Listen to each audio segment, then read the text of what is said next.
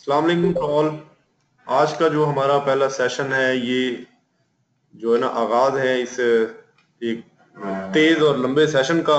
इसमें हम आपको बुनियादी अहम नुकात बताएंगे इनकम टैक्स ऑर्डिनेंस से रिलेटेड, और एक इनकम टैक्स ऑर्डिनेंस का जो चैप्टर है, एक उसका पार्ट है, वो भी आपको पढ़ा देंगे जो कि सिलेबस का हिस्सा है। तमाम लोग जो है वो तवज्जो से सुनिएगा। अगर आपकी लाइन ड्रॉप भी हो रही हो कोई बात नहीं, ये लेक्चर रिकॉर्ड हो रहा है हमारे पास, आप इसको फिर भी सुन पाएंगे। इससे पहले कि लेक्चर शुरू हो, एक चीज मैं आपको बताऊं कि एक इस साल जो है ना नई अमेंडमेंट इंट्रोड्यूस हुई है इनकम टैक्स के अंदर, जिसके मुताबिक जो इंस्पेक्टर इनलैंड रेवेन्यू है उसकी पावर्स जो है ना वो बढ़ाई गई हैं। अब नई अमेंडमेंट जो तब्दीली आई है उसके मुताबिक ये एक नंबर का एमसीक्यू जो है ना आएगा हर सूरत में। आप ये तमाम लोग याद रखें कि इंस्पेक्टर इनलैंड रेवेन्यू कितने रुपयों की रिकवरी कर सकता है, उसकी इख्तियारात क्या है। तो इसका जवाब ये है कि 5 लाख रुपए तक की अगर कोई रिकवरी होगी तो वो इंस्पेक्टर इनलैंड रेवेन्यू जो है वो खुद कर सकता है, उसके साइन से नोटिस जा सकता है टैक्स पेयर को। यानी कि इससे ऊपर अगर कोई रिकवरी होगी तो वो असिस्टेंट कमिश्नर होगा। अगर 5 लाख या 5 लाख से नीचे की रकम है तो ये रिकवर इंस्पेक्टर इनलैंड रेवेन्यू कर सकता है। ये आपने याद रखना है और बहुत ज्यादा इम्कानात है इस एमसीक्यूज ने आना है। अब आपने 99 मार्क्स की तैयारी कर रहे हैं, आप समझ लें ये इतना अहम एमसीक्यू जो हमने आपको बता रहे हैं। अब हम शुरू करते हैं अपना बकायदा लेक्चर। इसमें सबसे पहले डेफिनेशंस का एक चैप्टर है। किसी भी एक्ट, किसी भी लॉ को शुरू करने से पहले उसकी जो डेफिनेशंस या इंपॉर्टेंट जो पॉइंट है उसके अंदर उनको मद्देनजर रखा जाता है, उनको समझा जाता है, क्योंकि वो बार बार इस्तेमाल होते हैं कानून के अंदर। उनकी तशरीह, उनका मतलब हमें मालूम होना चाहिए। इसी तरह जो इनकम टैक्स ऑर्डिनेंस है उसके अंदर जो अल्फाज हैं और जो मेन डेफिनेशन है उनमें सबसे पहले अहम तरीन जो असेसमेंट है। असेसमेंट का उर्दू में मतलब तो तखमीना लगाना है, और टैक्स में भी इसका तकरीबन यही मतलब है, लेकिन इसमें किस चीज का तखमीना लगाना, वो है आपकी टैक्स लायबिलिटी कि आप पर कितना टैक्स वाजिबुल अदा है। ये एक प्रोसेस है कैलकुलेशन का टैक्स। और इसमें क्या किया जाता है कि इनकम टैक्स, इनकम आपकी कैलकुलेट की जाती है और आपके अखराजात देखे जाते हैं, और जो टैक्स आपने पहले दिया हुआ है जो कट चुका है आपका, जैसे मोबाइल फोन पे कट जाता है, वो देखा जाता है। इनकम में से वो अखराजात को मिन्हाज किया जाता है, मनफी किया जाता है, और जो रकम बचती है वो टैक्सेबल अमाउंट होती है और उस पर टैक्स लगाया जाता है। ये दो तरह की होती है। अब जो ऑर्डिनेंस चल रहा है ये दो तरह की, एक को कहते हैं सेल्फ असेसमेंट। सेल्फ असेसमेंट आपको नजर आ रहा होगा कि इस पे मैं कर्सर भी लेके जा रहा हूँ सेल्फ असेसमेंट पे, ताकि आसानी के लिए जो है ना आपको ये नजर आ रहा। ये सेल्फ असेसमेंट जो है ये वो है जो टैक्स पेयर जो है, जिसने टैक्स पे करना है, वो खुद अंदाजा लगाता है कि भाई मेरी इतनी आमदनी है, इतनी मेरी इनकम है साल की, और इतने मेरे अखराजात हैं, लिहाजा मेरा इतना टैक्स बनता है। ये आजकल यही जो असेसमेंट का तरीकाकार है, यही राइज है कि पाकिस्तान भर में जितने भी टैक्स पेयर्स हैं वो अपनी इनकम का और उन्होंने जितना टैक्स देना है उसका वो खुद फैसला करते हैं और वो टैक्स अदा करते हैं। इसके अलावा एक है प्रोविजनल असेसमेंट, रीअसेसमेंट और अमेंडेड असेसमेंट। ये जो असेसमेंट है ये जब होती है जब आप अपनी असेसमेंट खुद करके एफबीआर को ना बताएं या आप गलत असेसमेंट कर दें। जब आप खुद असेसमेंट नहीं करते, अपना गोशवारा जमा नहीं कराते, एफबीआर को नहीं बताते कि कितना टैक्स आप पे बनता है, कितनी इनकम पे, तो एफबीआर आपके खिलाफ जो है ना वो प्रोविजनल असेसमेंट करता है। ये नीचे प्रोविजनल का लफ्ज आप देख रहे हैं। इसका मतलब है कि वो एफबीआर के जो ऑफिसर्स हैं, टैक्स कलेक्टर्स हैं, वो अंदाजा लगाते हैं कि आपकी कितनी आमदनी है और इस पे कितना टैक्स होना चाहिए। और अगर आपने गलत असेसमेंट कर दिए तो उसको एफबीआर के जो टैक्स कलेक्टर्स हैं उनके पास ये इख्तियार होता है कि आपकी टैक्स असेसमेंट चेंज करें और उसके ऊपर जितनी इनकम चेंज करें और जितना उस पर वाजिबुल अदा टैक्स है वो उसका खुद फैसला करें। दो तरह की असेसमेंट हो गई है अब। एक सेल्फ असेसमेंट जिसमें आपने खुद अंदाजा लगाना कि मेरी इतनी इनकम है साल भर की और इतना इस पर टैक्स है, ये लो मेरा गोशवारा। और दूसरी असेसमेंट वो है जो टैक्स डिपार्टमेंट के लोग करते हैं। दो किस्म की असेसमेंट है, ज़हन नशीं रखना, आम सी बात है, इसमें कोई उलझन नहीं। अगर किसी को हो आप पूछ सकेंगे अभी लेक्चर के एंड पे।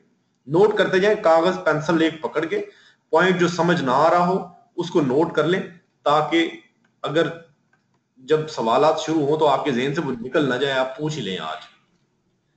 अब एक होता है असेसमेंट ईयर, यानी तखमीने का साल। ये जो है ना, अब असेसमेंट हर महीने बाद नहीं की जाती, ये 12 महीने का पीरियड होता है असेसमेंट का, जो 1 जुलाई से आमतौर पर शुरू होता है, 30 जून को खत्म होता है।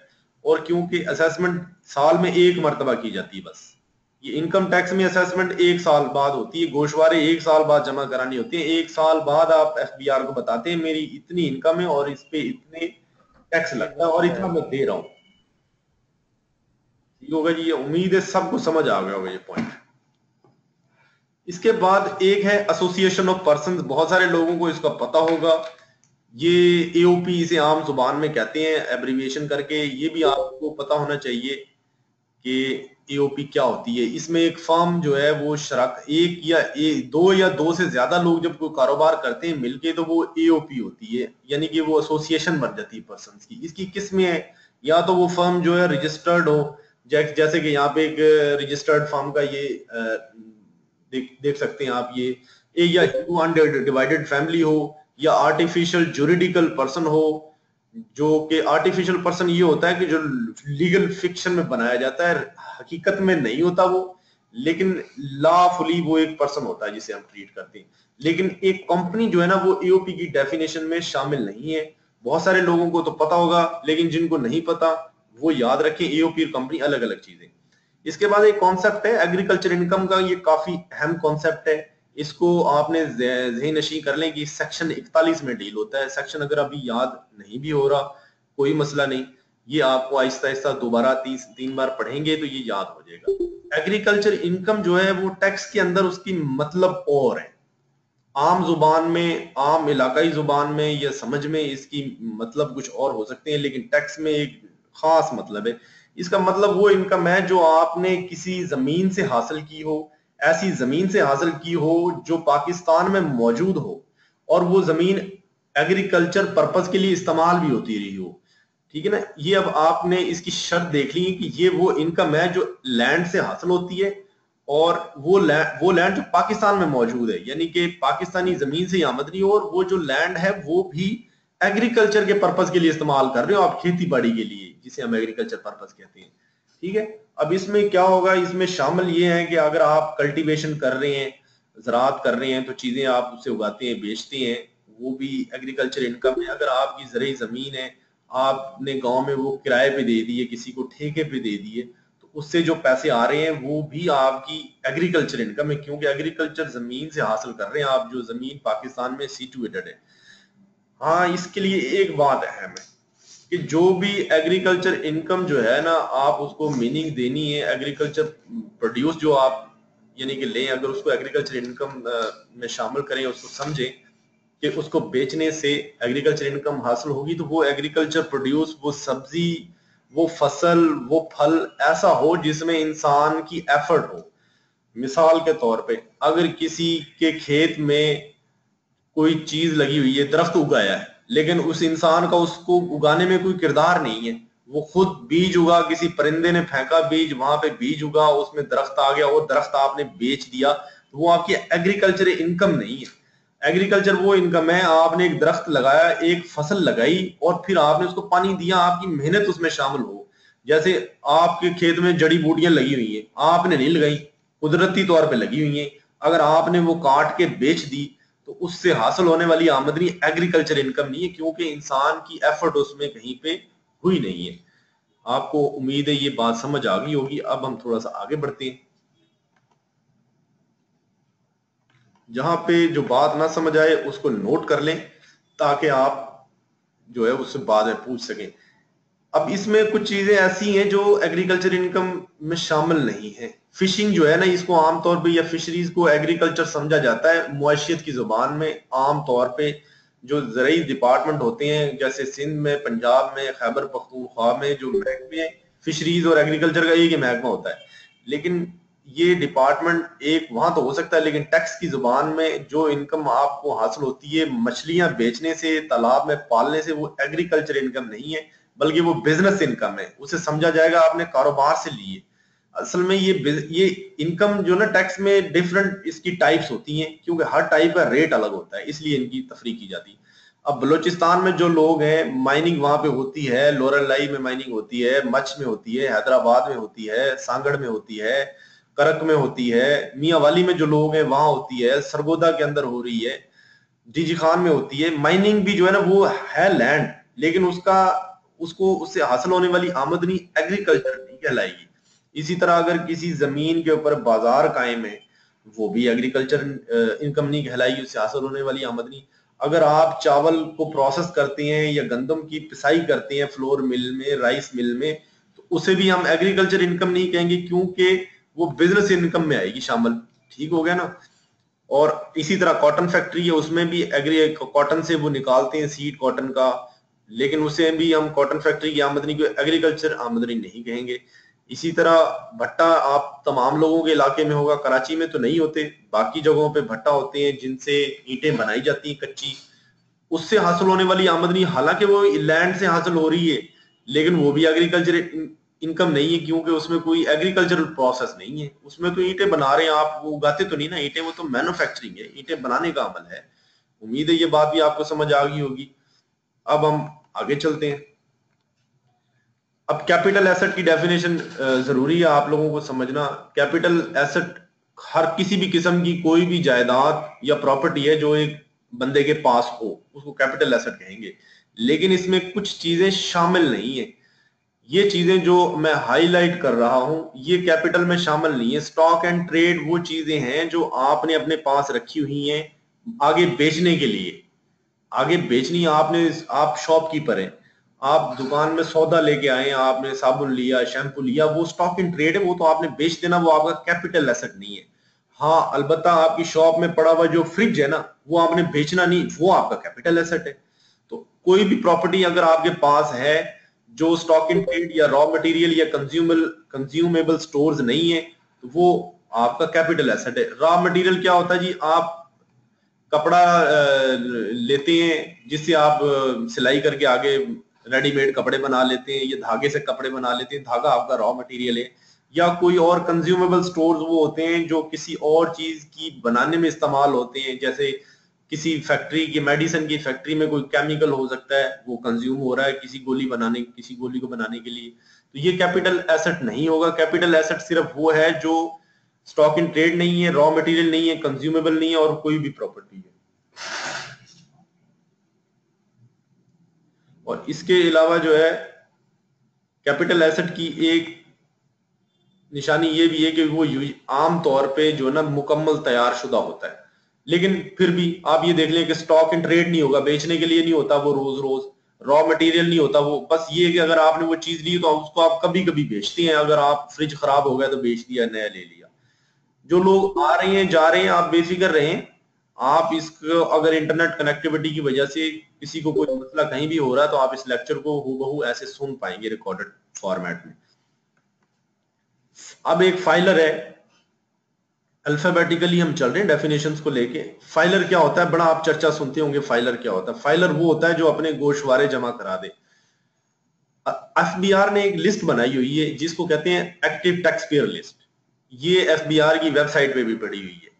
इस लिस्ट में जिसका नाम है वो फाइलर है। ये एमसीक्यूज का सवाल है, ये एमसीक्यूज में बड़ा इम्कान है इसका आने का। फाइलर कौन है? फाइलर वो है जो एक्टिव टैक्स पेयर लिस्ट में है, और ये लिस्ट हर 15 दिन बाद अपडेट की जाती है। हर 15 दिन बाद इसको अपडेट करते हैं। और फाइलर क्यों, यानी कि एक लफ्ज अभी ताजा ताजा जो है ना डिस्कस हो रहा है 2-3 सालों से, इसलिए डिस्कस हो रहा है कि फाइलर के ऊपर टैक्स और है, नॉन फाइलर के ऊपर और है। मिसाल के तौर पे अगर आपके पास गाड़ी है, आप उसको करोला गाड़ी को टोकन लगवाने जाते हैं, तो अगर आप फाइलर हैं, आपका नाम एफबीआर की लिस्ट में है, हो सकता है आपसे फिर वो 4000 लेंगे। अगर आपका एफबीआर की लिस्ट में नाम नहीं है तो वो आपसे 6000 लेंगे, क्योंकि आप नॉन फाइलर है। तो फाइलर और नॉन फाइलर की तफरीक जो है ना वो अब शुरू हुई है 2-3 सालों से, जब से टैक्स के रेट कम या ज्यादा हुए। अब ये इतना अहम नहीं है, लेकिन आपके जहन में होना चाहिए। ये कीबोर्ड जो है ना, ये Karachi inter bank offered rate है, ये एक इंटरेस्ट रेट की टाइप है। बस इसको इतना ही समझ लेंगे, ये Karachi inter bank offered rate की एक शक्ल है या एब्रीवेशन है एक इंटरेस्ट रेट की। अब ये पाकिस्तान सोर्स इनकम, ये भी एक डेफिनेशन है, एक टर्म है जो यूज होती है बार बार। ये वो इनकम है जो पाकिस्तान में हासिल की जाती है, पाकिस्तान में अर्न की जाती है, यानी कि आपने तनख्वाह ली कहीं से भी, वो पाकिस्तान में आपने ली तो वो आपकी यानी कि तनख्वाह है, वो आपकी पाकिस्तान सोर्स इनकम है। आपने कारोबार किया, कोयटा के अंदर कोई कारोबार किया, उससे जो आमदनी आ रही वो पाकिस्तान सोर्स इनकम है, क्योंकि आपने पाकिस्तान में ली है। आपने हैदराबाद में किसी प्राइवेट स्कूल में टीचिंग की है और वहां से आपको सैलरी मिली है, वो भी पाकिस्तान सोर्स इनकम है, क्योंकि वो पाकिस्तान की टेरिटरी में रिसीव हो रही है। इसके अलावा कुछ ऐसी इनकम भी हैं जो पाकिस्तानी सोर्स इनकम है, लेकिन वो रिसीव पाकिस्तान में नहीं होती। जैसे पाकिस्तान के जो डिप्लोमेट्स हैं, हमारे जो सफीर हैं, वो तनख्वाह तो अमेरिका में लेते हैं या इंग्लैंड में जहां उनके पोस्टिंग है, लेकिन उनको हम पाकिस्तानी सोर्स इनकम कहते हैं, क्योंकि दे तो पाकिस्तानी हुकूमत रही है ना उन्हें। इसी तरह इनकम जो पाकिस्तान में बिजनेस करने से आती हुई पाकिस्तान सोर्स इनकम है, भले कोई बाहर का गोरा आके कारोबार कर रहा है पाकिस्तान में, तो वो पाकिस्तान सोर्स इनकम, अगर यहां से वो इनकम ले रहा है। इसी तरह डिविडेंड जो है ना, मुनाफा ये होता है, कंपनीज देती हैं डिविडेंड। अगर किसी को पे किया जाता है, रेजिडेंट कंपनी देती है, तो ये जो है ये भी पाकिस्तान सोर्स इनकम है। रेजिडेंट कंपनी क्या चीज है? कंपनी तो आप सब लोगों को पता होगा, आगे चल के भी बताएंगे। रेजिडेंट कंपनी वो है जो रजिस्टर्ड इन पाकिस्तान है, यानी कि पाकिस्तान में एससीसीपी के साथ उसकी रजिस्ट्रेशन है। एससीसीपी कहते हैं securities and exchange commission of Pakistan. इसी तरह पांचवा एक लास्ट पॉइंट ये है कि प्रॉफिट ऑन डेट। अगर पाकिस्तानी ने किसी को दिया है, पाकिस्तानी ने एक बाहर के मुल्क से कर्जा लिया है, एक इंग्लैंड के फर्द से कर्जा ले लेते हैं, अभी शंकर लाल साहब हमारे साथ हैं, ये इंग्लैंड के किसी रॉबर्ट जॉन से कर्जा ले लेते हैं, और रॉबर्ट जॉन इनसे उस पर सूद लेता है, इंटरेस्ट लेता है, तो वो इंटरेस्ट क्योंकि ये शंकर लाल साहब अदा कर रहे हैं, इसलिए ये पाकिस्तानी सोर्स इनकम होगी उस गोरे की। और अगर वो ये टैक्सेबल लिमिट्स में चली जाती है तो गोरे को टैक्स देना पड़ेगा हमारे मुल्क में भी। उम्मीद है ये बात आपको समझ लगी होगी। आगे चलते हैं थोड़ा। अब पर्सन की डेफिनेशन क्या है? पर्सन के खास मीनिंग है। आम अंग्रेजी में तो पर्सन के मीनिंग है इंसान, बंदा, लेकिन टैक्स के अंदर कोई भी फर्द, कोई कंपनी, कोई भी एसोसिएशन ऑफ पर्सन, या हुकूमत पाकिस्तान, या कोई सूबाई हुकूमत, या कोई बैनुल अक़वामी जो है पब्लिक ऑर्गेनाइजेशन जैसे यूनाइटेड नेशन, ये सब पर्सन है। ये भी आपको पता होना चाहिए, रिपीट करेंगे ना आपको मजीद ये याद रहेगा। प्रॉफिट एंड डेट आप पूछ रहे हैं तो इंशाल्लाह लेक्चर के एंड में बताएंगे। प्रॉफिट एंड डेट में थोड़ा सा भी बता दूं, प्रॉफिट एंड डेट होता है कर्ज पे सूद। जो आप बैंक से लोन लेते हैं तो उस पर आपको सूद अदा करना पड़ता है, ये प्रॉफिट एंड डेट है। ठीक है, ये वैसा मतलब ये प्रॉफिट एंड डेट है। अब आगे चलते हैं जी। पब्लिक कंपनी क्या होती है? ये वो कंपनी होती है, कंपनी की डेफिनेशन है, आम मतलब इसके और भी हो सकते हैं, लेकिन टैक्स में खास इसके मतलब ये हैं। ये चंद्र कुमार ने हमें ज्वाइन किया है और ये हमारे जो है ना वो नहीं है इस ग्रुप में, तो मैं इनको डिलीट कर रहा हूँ। अपने असल नाम के साथ जो है ना आप ज्वाइन करें बराए मेहरबानी। सॉरी सर, हेलो जी जी, सर, ये मैं हूँ एक्चुअली, मैं लैपटॉप पे चला रहा था तो आईडी भाई के नाम से बनी हुई है। मैं शंकर लाल हूँ। अच्छा मोबाइल में मेरी आवाज सही नहीं आ रही है। अच्छा, चलो ठीक हो गया। हाँ, तो मैं इससे इसी लैपटॉप से कनेक्ट कर रहा हूँ। चलो ठीक ठीक है सर। ठीक हो। पब्लिक कंपनी वो कंपनी है जिसके 50% शेयर जो है, उसकी 50% मलकियत जो है वो या तो हुकूमत पाकिस्तान के पास हो, या किसी फॉरेन गवर्नमेंट के पास हो, या वो कंपनी किसी बाहर की हुकूमत की हो, उसे कहते हैं पब्लिक कंपनी। या उस कंपनी के शेयर जो है ना वो स्टॉक एक्सचेंज में ट्रेड होते हो, बिकते हो। जिस कंपनी का आप शेयर खरीद सकते हैं, आप डी सीमेंट का खरीद सकते हैं, आप नेस्ले का खरीद सकते हैं, पेप्सी का खरीद सकते हैं, ये सारी पब्लिक कंपनीज है। या जैसे कोई कंपनीज हैं जिनके, जैसे रेलवेज की कंपनीज हैं, पंजाब हुकूमत की कंपनीज है इतनी सारी। ठीक है, पंजाब हुकूमत की 200 के करीब कंपनीज है रजिस्टर्ड, इनके 50% से क्या है 100% के करीब शेयर पंजाब हुकूमत के पास होते हैं। जैसे कायदे सोलर पावर जो ना कंपनी है भावलपुर के अंदर, ये पंजाब गवर्नमेंट की कंपनी है, इसके 50% से ज्यादा शेयर पंजाब हुकूमत के पास हैं, इसलिए ये पब्लिक कंपनी है। इसी तरह को फॉरेन गवर्नमेंट की अगर कंपनीज यहाँ पे काम कर रही हैं तो वो भी पब्लिक कंपनीज या कंपनीज जिनके शेयर स्टॉक एक्सचेंज में बिकते हैं।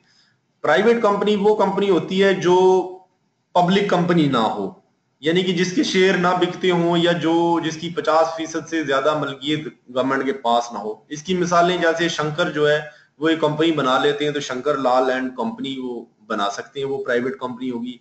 जैसे प्रॉपर्टी डेवलपर्स हैं, एक मशहूर प्रॉपर्टी डेवलपर्स हैं अर्बन डेवलपर्स प्राइवेट लिमिटेड, ये एक प्राइवेट कंपनी है, एक प्राइवेट लोगों की होती है।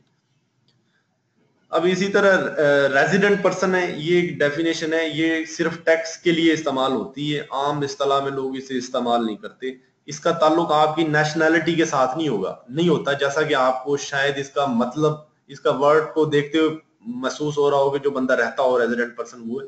इसका नेशनैलिटी के साथ ताल्लुक नहीं है। अगर आप कनाडा के शहरी हैं लेकिन आप पाकिस्तान में 183 डेज जो है ना आप पाकिस्तान में गुजारते हैं एक साल के अंदर, तो आप रेजिडेंट पर्सन बन जाते हैं पाकिस्तान के हवाले से।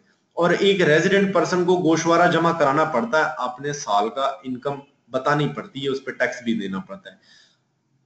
और आप पाकिस्तानी शख्स हैं लेकिन आप 200 दिन अमेरिका में रहते हैं एक साल के अंदर, तो आप नॉन रेजिडेंट बन जाते हैं, आपको टैक्स गोशवारा जमा कराना आप पे जरूरी नहीं। सिर्फ ये टैक्स के पर्सपेक्टिव से डेफिनेशन है। लेकिन इसमें एक चीज है कि पाकिस्तान के डिप्लोमेट्स जो है ना वो बाहर के ममालिक में रहते हैं, यानी कि वो पाकिस्तान में तो टाइम ही नहीं गुजारते लेकिन वो फिर भी रेजिडेंट है।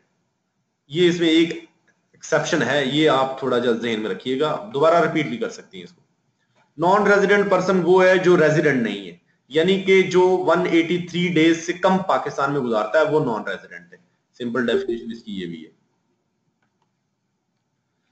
अब स्टॉक इन ट्रेड आपको मैंने पहले बता दिया है, कोई भी चीज, कोई भी गुड्स जो कोई चीज बनाने के लिए तैयार हुई हो या बेचने के लिए या किसी से तबादला करने के लिए बनाई रखी गई हो, वो स्टॉक इन ट्रेड है। किसी दुकान में कोई भी सौदा जो है, किसी बिजनेस या किसी फैक्ट्री में कोई भी माल जो आता है बिकने के लिए आगे, वो स्टॉक इन ट्रेड है। ये आप आगे भी इस्तेमाल होगी। और टैक्स क्या चीज है, ये जी 26 लोगों ने हमें ज्वाइन कर लिया। मैं देखना चाह रहा हूँ कि कोई यहाँ पे हमारे एडमिन साहब हमें हेल्प करेंगे। कोई बंदा ऐसा तो नहीं है जो रजिस्टर्ड नहीं है और आ गया हमारे पास। ये यूजर के नाम से कोई आ रहा है जी, आप जब तक जो है ना अपना आइडेंटिटी क्लियर ना करेंगे। ये सहर sir not able to join, ये आप लैपटॉप में अपनी जो है ना वो एप्लीकेशन डाउनलोड करें और उसमें ये कोड दें, आईडी जो है इस मीटिंग का, और उसमें पासवर्ड दें तो आप ज्वाइन कर पाएंगी। ठीक हो गई। ये यूजर कोई है, मैं इसको डिलीट करने लगा हूं क्योंकि नाम इसने सही नहीं लिखा हुआ। आप नाम अपना सही देंगे तो हम ऐड आपको आइडेंटिफाई कर पाएंगे। इट आल्सो मींस, हाँ जी, ये टैक्स जो है ना ये है जो भी इंपोज किया जाता है इनकम टैक्स ऑर्डिनेंस के तहत। इनकम टैक्स ऑर्डिनेंस 2001, ये मैंने आईटीओ लिख दी है इसकी एब्रीविएशन। आप ये रखिएगा कि जब भी आईटीओ का लफ्ज इस्तेमाल होगा इससे इनकम टैक्स ऑर्डिनेंस मतलूब है, या इसका मतलब यही होगा। इनकम टैक्स ऑर्डिनेंस के तहत जो भी टैक्स लगेगा ना वो टैक्स है, ठीक है। इसमें पेनल्टियां भी शामिल हैं जो इनकम टैक्स ऑर्डिनेंस के तहत लगती हैं। इसमें डिफॉल्ट सरचार्ज भी शामिल है। इसमें कोई और अमाउंट जो वाजिबुल अदा हो इनकम टैक्स ऑर्डिनेंस के तहत उसको भी हम टैक्स कहेंगे। अब दिलचस्पी की बात ये बता दूं कि इस तारीफ के मुताबिक कोई टैक्स और भी किसी भी किस्म का वो टैक्स नहीं है। इस तारीफ के मुताबिक सेल टैक्स एक टैक्स नहीं है। इस तारीफ के मुताबिक सिर्फ वो टैक्स ही टैक्स है जो इनकम टैक्स ऑर्डिनेंस के तहत होता है। ये भी आप रखिएगा, थोड़ी सी बारीक बात है, अगर ना समझ लगे तो आप पूछ सकते हैं। अब एक कॉन्सेप्ट है टोटल इनकम का। टोटल इनकम क्या होती है, कुल आमदनी क्या होती है। आमदनी के हैं 5 हेड जिनमें आमदनी आपके पास आती है। किसी भी शख्स की आमदनी जो है वो हजारों किस्म की हो सकती है, लेकिन टैक्स के पर्पज से उसको 5 हेड्स में आप रख सकते हैं, यानी कि वो 5 हेड में जो आ सकती है। ये यूजर ने कहा है कि आपने मुझे क्यों डिस्कनेक्ट कर रहे हैं, एडमिन साहब इनको करें। तो टैक्स की आमदनी जो होगी आप उसको, यानी कि जो आपकी टोटल आमदनी है उसको आप 5 हेड्स में तकसीम कर सकती हैं। सबसे पहला हेड है सैलरी। ये बहुत अहम है, ये आप एक दफा इसको ना देख लें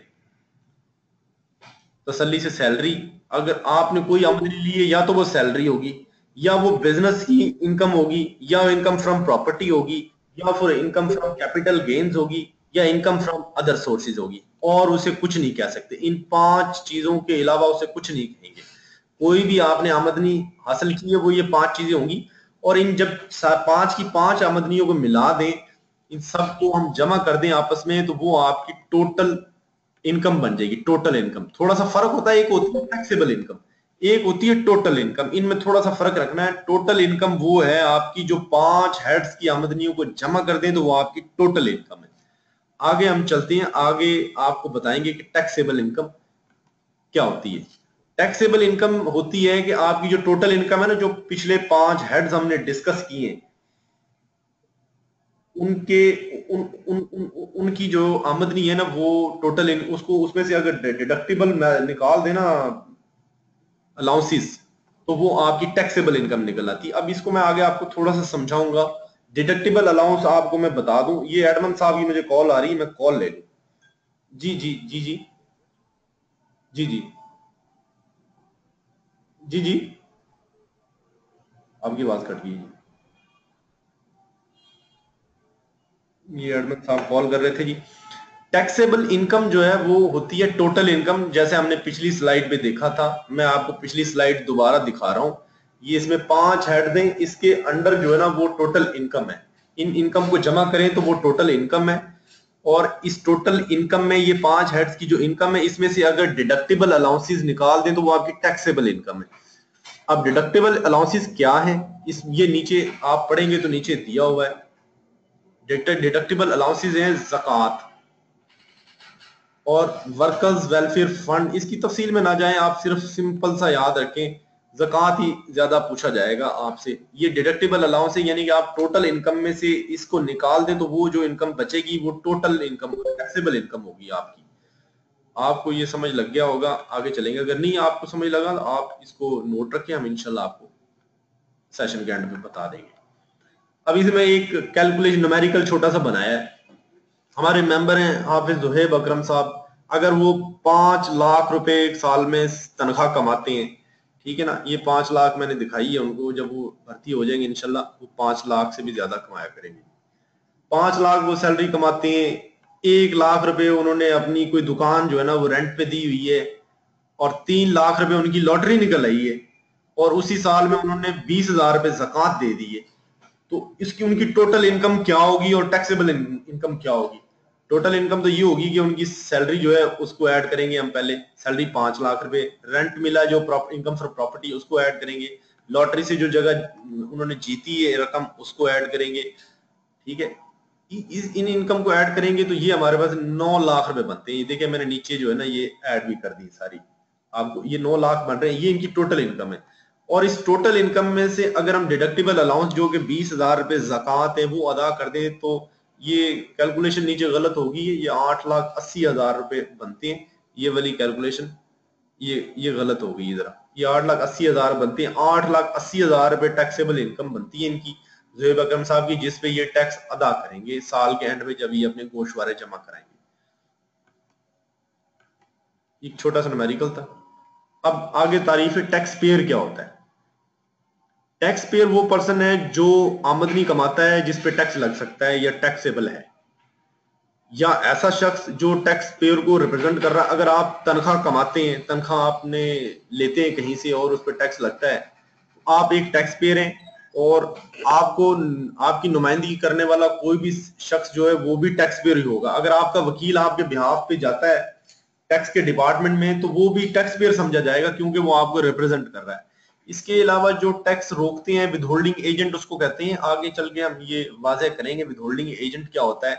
विद होल्डिंग एजेंट ये होता है कि जो गवर्नमेंट के बिहाफ पे टैक्स इकट्ठा करता है। जैसा कि आप जब टोकन लगवाने जाते हैं तो एक्साइज डिपार्टमेंट, नहीं, फाइलर और टैक्स पेयर सेम चीजें है ना। फाइलर क्योंकि वो उसकी रकम पे टैक्स लग रहा है। ये सवाल का जवाब देंगे, आप नोट करके रखें, एंड पे दूंगा, तमाम लोग नहीं पूछ रहे नहीं। अच्छा, कुछ लोग, मुझे एडमन का मैसेज आया है कि जवाब अटेंड नहीं कर पा रहे हैं। इसको ग्रुप को मैं उनको बताऊं कि कौन नहीं ज्वाइन करना पा रहा है। ये एडमन साहब मुझे कह रहे हैं जी कुछ लोग ज्वाइन नहीं करना पा रहे। लॉगिन इशू ये क्या है यार, मेरे पास इधर 26 तो इस एक साइड पे है, 42 एक साइड पे है यार। ये ज्वाइन तो किया हुआ लोगों। अच्छा जी, जो लोग अगर नहीं ना ज्वाइन कर पा रहे, ये रिकॉर्डिंग इसकी हो रही है, वैसे हमने सारा प्रोसीजर जो है उम्मीद है पहले बता दिया होगा आपको। अगर आपको मुश्किल पेश आ रही है तो आप रिकॉर्डेड वर्जन सुने, और इसको एक दिन लगता है आप इसको समझने में, इस सॉफ्टवेयर को, कोई बात नहीं, इसका भी हल निकल आएगा। अब मैं टैक्स पेयर बता रहा था, माफ कीजिएगा आपकी तवज्जो डिस्टर्ब कर दी। टैक्स पेयर वो बंदा है जिसकी आमदनी पे टैक्स लगता है, और अगर उस बंदे को कोई रिप्रेजेंट करने वाला बंदा है तो वो भी टैक्स पेयर होगा कानून की नजर में। अगर विदहोल्डिंग एजेंट है तो वो भी टैक्स पेयर है। विदहोल्डिंग एजेंट ये है कि आप गाड़ी का टोकन लगवाने जाते हैं तो एक्साइज डिपार्टमेंट आपसे इनकम टैक्स विदहोल्ड कर लेता है, या वापडा जो है वो गवर्नमेंट ऑफ पाकिस्तान FBR के बिहाफ पे बिजली पे टैक्स ले लेता है। इसी तरह इंपोर्ट जब आप करते हैं, कुछ चीजें मंगवाते हैं, कस्टम वाले ड्राई पोर्ट पे या आपसे सी पोर्ट के पर कराची पे, वो सेल टैक्स भी ले लेते हैं, इनकम टैक्स भी ले लेते हैं, और अपना कस्टम टैक्स भी ले लेते हैं। तो वो FBR के बिहाफ पे टैक्स विदहोल्ड कर रहे हैं, लिहाजा वो भी विदहोल्डिंग एजेंट है और वो भी टैक्स पेयर है। इसके अलावा जो भी शख्स जिस पर ये लाजिम है कि उसने गोशवारा अपना साल के एंड पे जमा कराना है, वो भी टैक्स पेयर है हमारे लिए, इस डेफिनेशन के पर्सपेक्टिव से।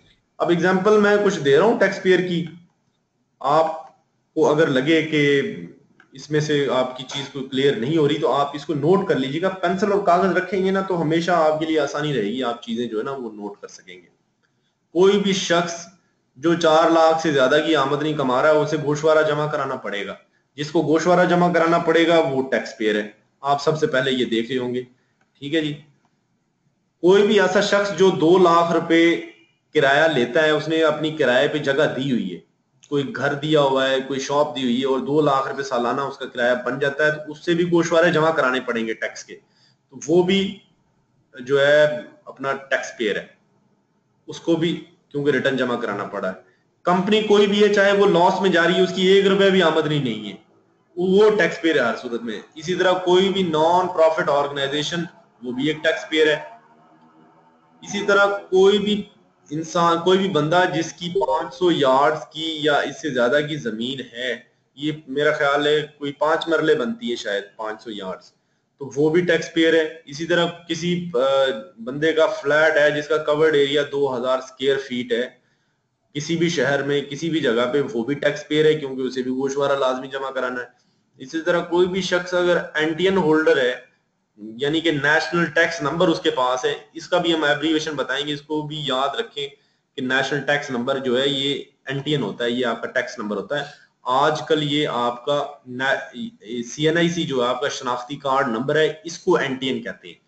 अभी एनपीओ से रिलेटेड एक सवाल ने पूछा है, इसको कहते हैं non profit organisation. NPO non profit organisation होती है। अब जी आगे हम चलते हैं आहिस्ता आहिस्ता। इसी तरह किसी पर्सन के पास अगर गाड़ी है कल्टस से बड़ी, यानी कि 1000 सीसी से ज्यादा की गाड़ी है, तो वो भी टैक्स पेयर है, उसने भी गोशवारा जमा कराना है। और अगर किसी बंदे के पास बिजली का कनेक्शन है या कमर्शियल या इंडस्ट्रियल जिसका बिल सालाना 5000 से ज्यादा 5 लाख से ज्यादा होता है, तो वो भी टैक्स पेयर है, उस पर भी गोशवारे जमा कराना लाजिम होता है।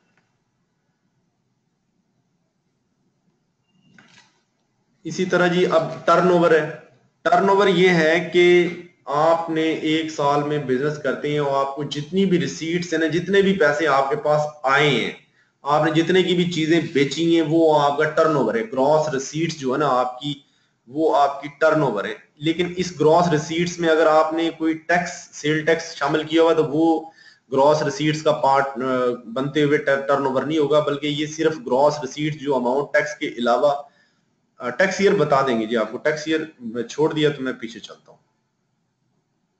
मैं पीछे चलता हूँ जनाब, आपको टैक्स ईयर जो है ना वो बता देते। टैक्स ईयर बहुत अहम है। ये टैक्स ईयर है जी, ये बहुत अहम डेफिनेशन है। इससे रिलेटेड जो है MCQs आ सकता है, बहुत ज्यादा इम्कान आते हैं, 80% इम्कान है कि इस चीज से रिलेटेड MCQs आएगा।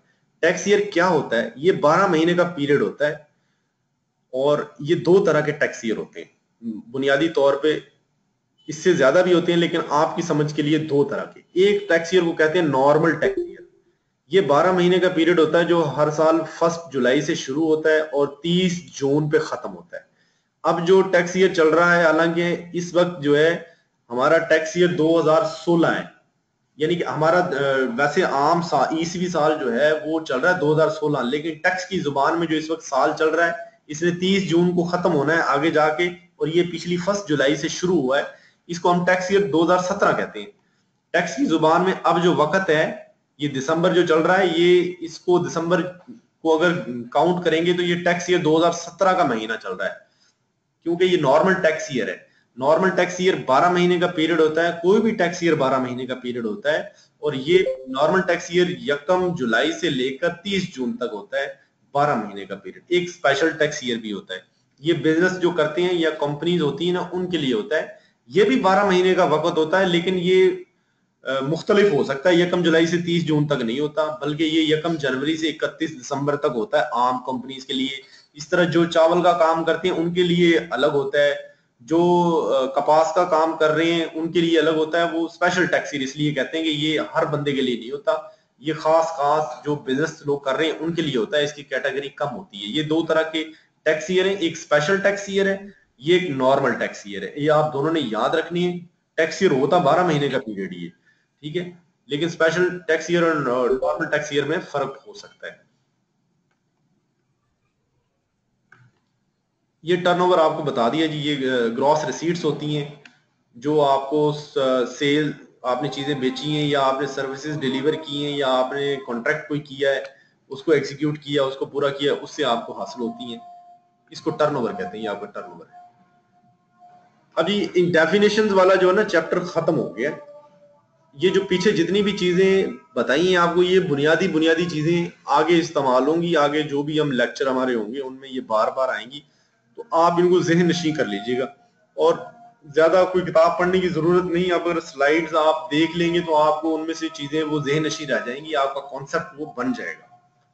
अब हमारा अगला चैप्टर है जो इनकम का हेड है, जिसे कहते हैं सैलरी। ये इनकम के 5 हेड हैं, जैसे हमने पहले डिस्कस किया था, सैलरी उनमें से एक है। सबसे पहला हेड है सैलरी। सैलरी तनख्वाह, आपको पता है आम तनख्वाह को सैलरी कहते हैं, लेकिन टैक्स की जुबान में थोड़ी सी मुख्तलिफ है। सेक्शन 12 इसको डील करता है सैलरी को, और ये कोई भी अमाउंट है जो आप रोजगार, एम्प्लॉयमेंट से या जहां आपकी जॉब है आप वहां से हासिल करते हैं। जहां पे भी आपकी जॉब है, ये वहां से आप हासिल करेंगे, वो अमाउंट एम्प्लॉयमेंट से हासिल की जाने वाली अमाउंट सैलरी कहलाती है। इसकी जो नेचर है वो कैपिटल भी हो सकती है, और इसकी जो नेचर है वो रेवेन्यू भी हो सकती है। कैपिटल में क्या फर्क है? कैपिटल नेचर की ये है कि अगर वो कैपिटल नेचर की रिसीट्स या अमाउंट वो होती है जो कभी कभी यानी कि आपको मिलती है, हर रोज नहीं मिलती। जैसे तनख्वाह जो है ना, वो आपको रेवेन्यू नेचर कहते हैं उसे, वो आपको हर महीने मिल जाती है, हर महीने आपको पैसे मिल जाते हैं। लेकिन कैपिटल नेचर की जो है वो आपको कभी कभी मिलती है। ये साहब ने टर्नओवर के बारे में सवाल पूछा है, तो ये काइंडली आप सवाल नोट कर लें अपना, हम आपको एंड पे इसका जवाब दे देंगे।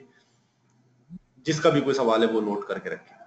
अब कैपिटल नेचर की अमाउंट आप ले रहे हो अपने बॉस से, या आपका जो तंजीम है, ऑर्गेनाइजेशन है जहां आप नौकरी कर रहे हैं, या आप रेवेन्यू नेचर की आपको कोई अमाउंट मिल रही है, ये सारी आपकी सैलरी का हिस्सा होगी। सैलरी जो है ना वो टैक्स उस वक्त की जाती है जब ये आपके हाथों में आ जाए, यानी कि आपको, आपसे जनवरी 2017 की सैलरी को हुकूमत आपकी टैक्स नहीं कर सकती, क्योंकि वो अभी आपके हाथ में नहीं है, अभी आपने वो वसूल करनी है। इसका मतलब ये है कि तनख्वाह, सैलरी जब आपको मिल जाती है तो उसी वक्त वो टैक्स होती है। अब इसमें ये है कि आपका एम्प्लॉय होना जरूरी है सैलरी के वसूल के लिए। सैलरी के वसूल के लिए अगर आप किसी फर्म के एम्प्लॉय नहीं है, तो आप अगर उससे जो अमाउंट ले रहे हैं तो वो सैलरी में शुमार नहीं हो सकती, आप उसको कोई और मतलब देंगे। और एम्प्लॉयर जो है वो होता है जो किसी बंदे को एंगेज करता है एम्प्लॉयमेंट में। एम्प्लॉय वो होता है जो कहीं रोजगार जॉब करे, कोई भी फर्द जो एम्प्लॉयमेंट में एंगेज हो वो एम्प्लॉय होता है, और एम्प्लॉयर वो होता है जो उसको एम्प्लॉय को एंगेज करता है। ये दोनों जो है अहम चीजें, इन दोनों का जो रिश्ता बनता है तो सैलरी डेफिनेशन पे पूरी उतरती है। अगर आप एक बंदे से तनख्वाह ले रहे हैं लेकिन वो आपका एम्प्लॉयर नहीं है, तो आप जो है उसको सैलरी नहीं कह सकते। ठीक है, एम्प्लॉयमेंट की मुख्तलिफ कैटेगरीज हैं। ये जो चीजें आपके सामने हो रही हैं, इसमें से कोई चीजें आपको समझ लग जाएं, बहुत अच्छी बात है। अगर आप इनको समझ नहीं पा रहे, आपको ये कंफ्यूज कर रही हैं, आप इसमें ना पढ़ें, ये हम फर्दर यानी कि कॉन्सेप्ट क्लियर कर रहे हैं। हो सकता है ये आपको ना भी इनमें से कुछ चीजें आए, लेकिन आपको हल्का फुल्का बता दें। कोई भी ऑफिस जो है ना, वो एम्प्लॉयमेंट की क्या, रोजगार क्या होता है, कोई भी ऑफिस या कोई भी ऐसा काम जिसमें आप एक कंपनी को मैनेज कर रहे हो, या ऐसी पोजीशन जिसमें आपको एक फिक्स या और किस्म का रेम्यूनरेशन मुआवजा मिलता हो, या आप कोई किसी पब्लिक डिपार्टमेंट में खिदमात दे रहे हो अंजाम, सरकारी महकमे में, ठीक है ना। अगर एम्प्लॉय और एम्प्लॉयर का रिलेशन नहीं ना होगा तो सैलरी नहीं हो सकती। अगर आप जिससे पैसे ले रहे हैं वो एम्प्लॉयर नहीं है, तो आप अपने आप को एम्प्लॉय नहीं कह सकते उसका, और ना ही उससे जो अमाउंट मिल रही है आप उसको सैलरी कह सकेंगे। आगे मैं जाके ये डिस्कस कर रहा हूँ। ये भी मुझे एडमिन की कॉल आ रही, काइंडली आज पहला दिन है तो ये बार बार कॉल कर रही है। मैं चाहूंगा कि एक हमारे दूसरे प्रेजेंटर हैं वो आपको बताए दीजिए। जी जी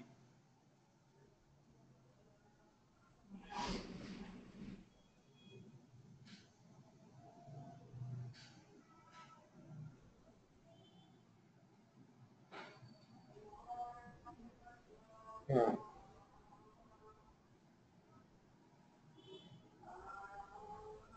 सर, हमारे पास 27 लोग इस वक्त ये कैसे हैं 27 लोग ये इस वाले ग्रुप में।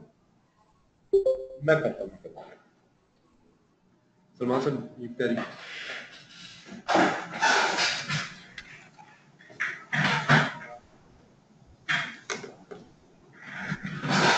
अस्सलाम वालेकुम।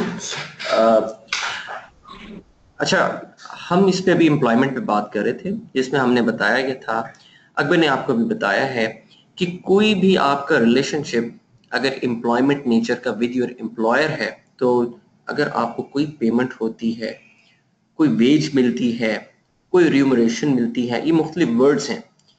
ये एक इंक्लूसिव डेफिनेशन है सैलरी की, काफी ब्रॉड। इंक्लूसिव वो होती है जो काफी एस्पेक्ट्स इंक्लूड करती है। अगर आप किसी ऐसे पोजीशन में हैं जिसमें आप एक एम्प्लॉयर आपको एम्प्लॉय करता है फॉर अ फिक्स ड्यूरेशन, वो आपके साथ कॉन्ट्रैक्ट करता है और आपको कोई उस दौरान पेमेंट करता है, तो वो पेमेंट जो है that will be under the definition of salary. वो आपकी तनख्वाह के तौर पे काउंट होगी। अगर आप कोई पब्लिक ऑफिस होल्डर हैं, जैसे कि I am holding a public office, अगर यहाँ से मुझे किसी किस्म की रिम्यूनरेशन, कोई पेमेंट, कोई वेज, कोई सैलरी मुझे मिलेगी, या कोई भी मुझे पेमेंट होगी किसी भी नेचर की, whether in cash, whether in kind, whether in the form of a perquisite, whether in the form of any facility, that will fall under the head salary. अब चूंकि ये आपको उम्मीद है समझ लगी होगी। अब इससे आगे भी कुछ चीजें हैं जो आपको बताना। जी, ये इनकम टैक्स ऑर्डिनेंस 2001 है। आप सवालात काइंडली जो है ना इसके एंड में पूछिएगा, हम आपको बताएंगे। अभी बहुत कुछ हमने पढ़ना है और हम जरा एक स्मूथ तरीके से चलेंगे तो ज्यादा चीजें समझ आएंगी। अब ये जो एम्प्लॉयमेंट की जो ना कुछ मतलब मजीद भी हैं, वो कैटेगरीज भी हैं। इसमें क्या होना चाहिए, इसमें एक चीज आपके सामने जो डिस्प्ले हो रही है ना, ये इसकी नेचर जो है ना फिक्स होती है, रेगुलर होती है। ये मंथली बेसिस पे होती है लोगों को। और आम तौर पे जो लोग mechanical work other than manual और मैकेनिकल काम कर रहे हैं, ये उनको क्योंकि जो मैकेनिकल काम कर रहे होते हैं, मैनुअल काम कर रहे होते हैं, उनको वेजेस दी जाती है, उनको सैलरी नहीं दी जाती। आम हमारे मुल्क में ऐसा ही होता है। और इसमें एम्प्लॉय और एम्प्लॉय का रिलेशन लाजमी होता है। ठीक है, ये आपको इसका अंदाजा हो। ये जो चीज है रेम्यूनरेशन, ये थोड़ी सी कॉम्प्लेक्स हो जाएगी, ये मैं इसलिए आपको बता नहीं रहा। अगर आपको पढ़ने से थोड़ी समझ आ रही हो, लिटरल मीनिंग यही है। हाँ लिटरल मीनिंग लिया जाएगा। अभी मैं एडमिन साहब मैसेज कर रहे हैं, अगर किसी को फीडबैक कोई दे दें, अगर किसी को समझ नहीं आ रहा, किसी को हमारे मुताबिक यहाँ पे लोग हमारे रजिस्ट्रेशन से ज्यादा अटेंड कर रहे हैं यहाँ पे, लोगों को हम डिलीट करते जा रहे हैं साथ साथ में। ये दस्ती साहब ने पूछा how to read this employment section 220। ये असल में section sub section 22 of section 2, इसको हम पढ़ेंगे इस तरीके से, लेकिन इतना ब्रीक आपको याद करने की जरूरत नहीं है। अब सबसे आखिरी पॉइंट ये कि अगर आपको कोई भी एक फर्द को पेमेंट मिली है लेकिन वो एम्प्लॉयर एम्प्लॉय का रिलेशन नहीं है तो वो सैलरी नहीं है। बस ये बुनियादी बात आपने सैलरी में ये नोट रखनी है, इसका बुनियादी मेजर फर्क ही है। अब इसमें आगे चीजें मिसाल के तौर पे आ रही हैं, आप खाना खाने गए, आपने टिप दे दी एक वेटर को। अब वेटर तो एक सैलरी ले रहा है अपने रेस्टोरेंट से, आपका और वेटर का ताल्लुक एम्प्लॉयर एम्प्लॉय वाला तो नहीं है, आप तो क्लाइंट है, लिहाजा आपने जो टिप वेटर को दी है वो वेटर की सैलरी नहीं है। इसी तरह आपने टैक्सी ड्राइवर को दे दी, वो भी उसकी सैलरी नहीं है।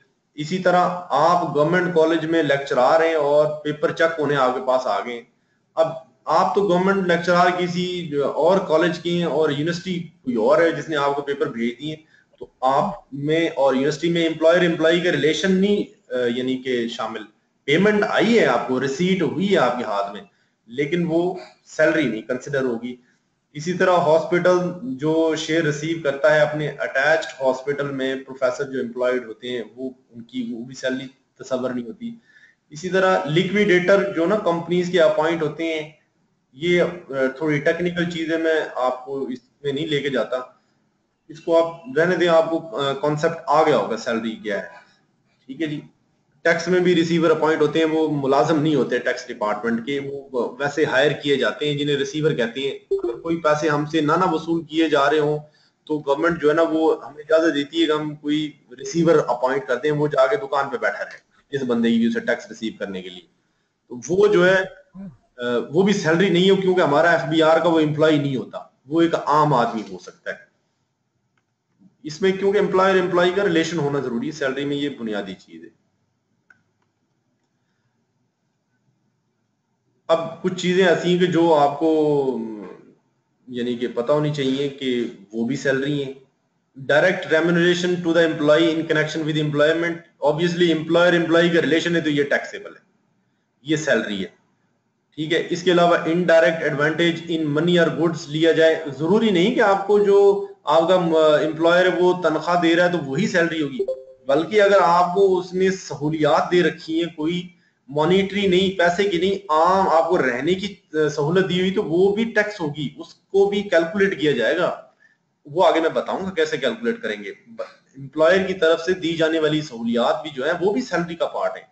आपको अलाउंस दिए जाते हैं, बहुत सारे अलाउंस, मेडिकल अलाउंस, इस किस्म के अलाउंसेस होते हैं जब आप तनख्वाह आप करेंगे, तो वो भी सैलरी का पार्ट है।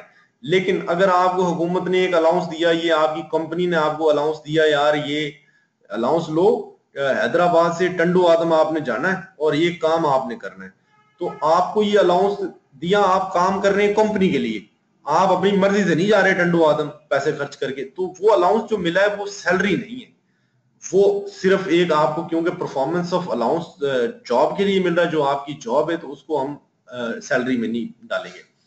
इसी तरह आपने कोई अखराजात कर दिए, आपने जो है अपनी मेडिकल करवाया, आपने हॉस्पिटल में ऑपरेशन करवाया है, ठीक है, वो तो आपका सैलरी में शामिल होगा क्योंकि वो आपकी हुकूमत आपको पे कर रही है। ठीक है।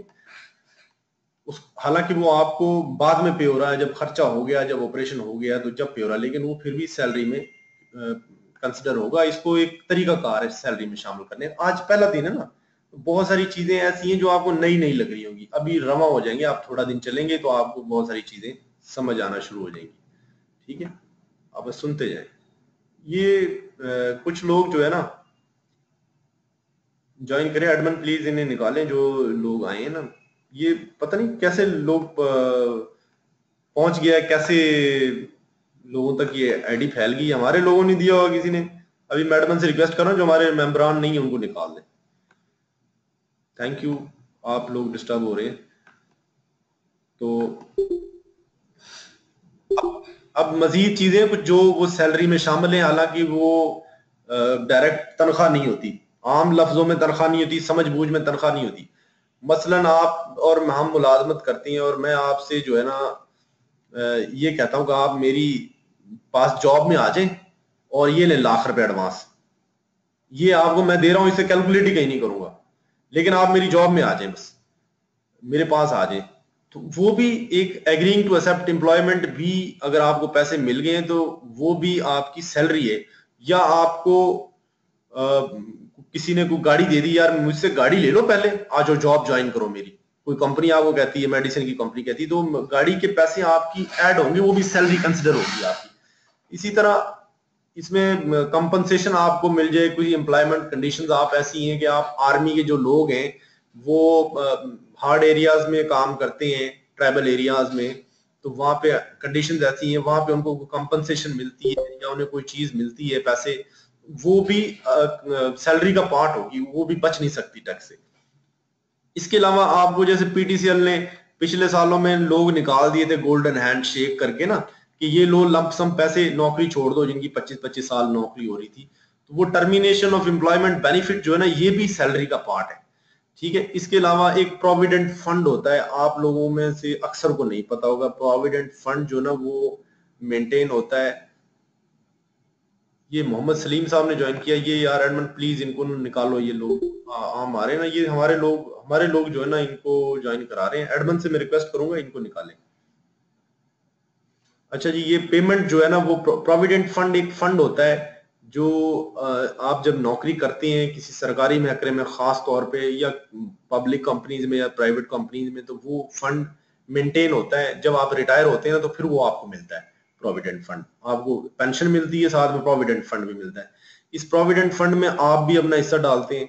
इस प्रोविडेंट फंड में जो है ना अपना जो आपका जो मालिक है ना, वो भी एक हिस्सा डालता है।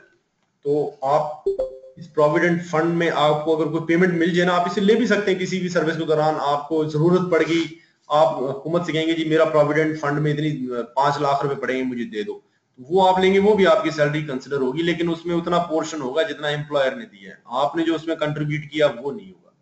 इसके अलावा आप पे अगर कोई रिस्ट्रिक्शंस लगा देता है जनाब कि आप बंदे ने ये काम करना, आपने लाहौर से बाहर नहीं जाना, आपने कराची से बाहर नहीं जाना, और आपने फला फला से ये नहीं करना, तो आपको हम ये चीजें देंगे, तो ये रिस्ट्रिक्शंस लगाने की इवज में जो मुआवजा मिलता है वो भी सैलरी का हिस्सा है।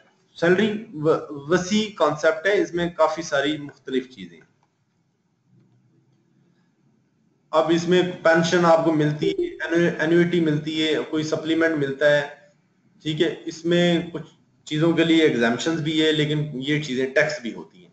इसके अलावा अगर आपको किसी एम्प्लॉय किसी मालिक ने या कंपनी के या गवर्नमेंट ने आपको सैलरी दे दी जिसपे उसने टैक्स नहीं काटा, आपको टैक्स फ्री सैलरी दे दी, तो वो भी टैक्सेबल है, वो भी टैक्स होगी, वो बेनिफिट जो आपको मिला है आपको, वो भी टैक्स होगा, वो भी आपकी इनकम समझा जाएगा।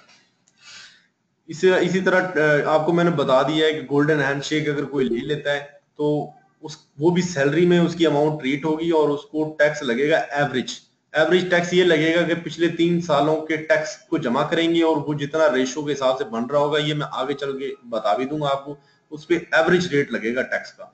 और इसके लिए उस जो गोल्डन हैंड शेक ले रहा है उस बंदे को बताना पड़ेगा, कमिश्नर को या टैक्स वालों को, कि मैं गोल्डन हैंड शेक ले रहा हूँ और मुझे इतने सारे 1 करोड़ रुपए मिलने वाला है, इस पे इस साल का टैक्स ना लगाइएगा, बल्कि इस पे पिछले 3 सालों का एवरेज टैक्स लगाइएगा, ताकि मुझे कुछ बचत हो, उसमें बचत हो जाती है उसको कुछ। अब ये कि अगर आपको एरियर्स मिले हो सैलरी के, एरियर्स वो हैं कि आपको 6 महीने सैलरी मिली ही नहीं, ठीक है, और वो अब आपको नवंबर में मिल रही है, वो एरियर्स हैं, बकाया जाता है सैलरी, उन पे भी टैक्स लगेगा, उन पे भी आप जो है ना एवरेज टैक्स लगवा सकते हैं। ये आप पे डिपेंड करता है आप इसको कराते हैं कि नहीं, ठीक है, ये पॉइंट भी समझ लगे, इतना ट्रिकी नहीं था ये पॉइंट। इसके अलावा टैक्सेशन ऑफ परक्विजिट्स जो है ना, ये एक अहम चीज है।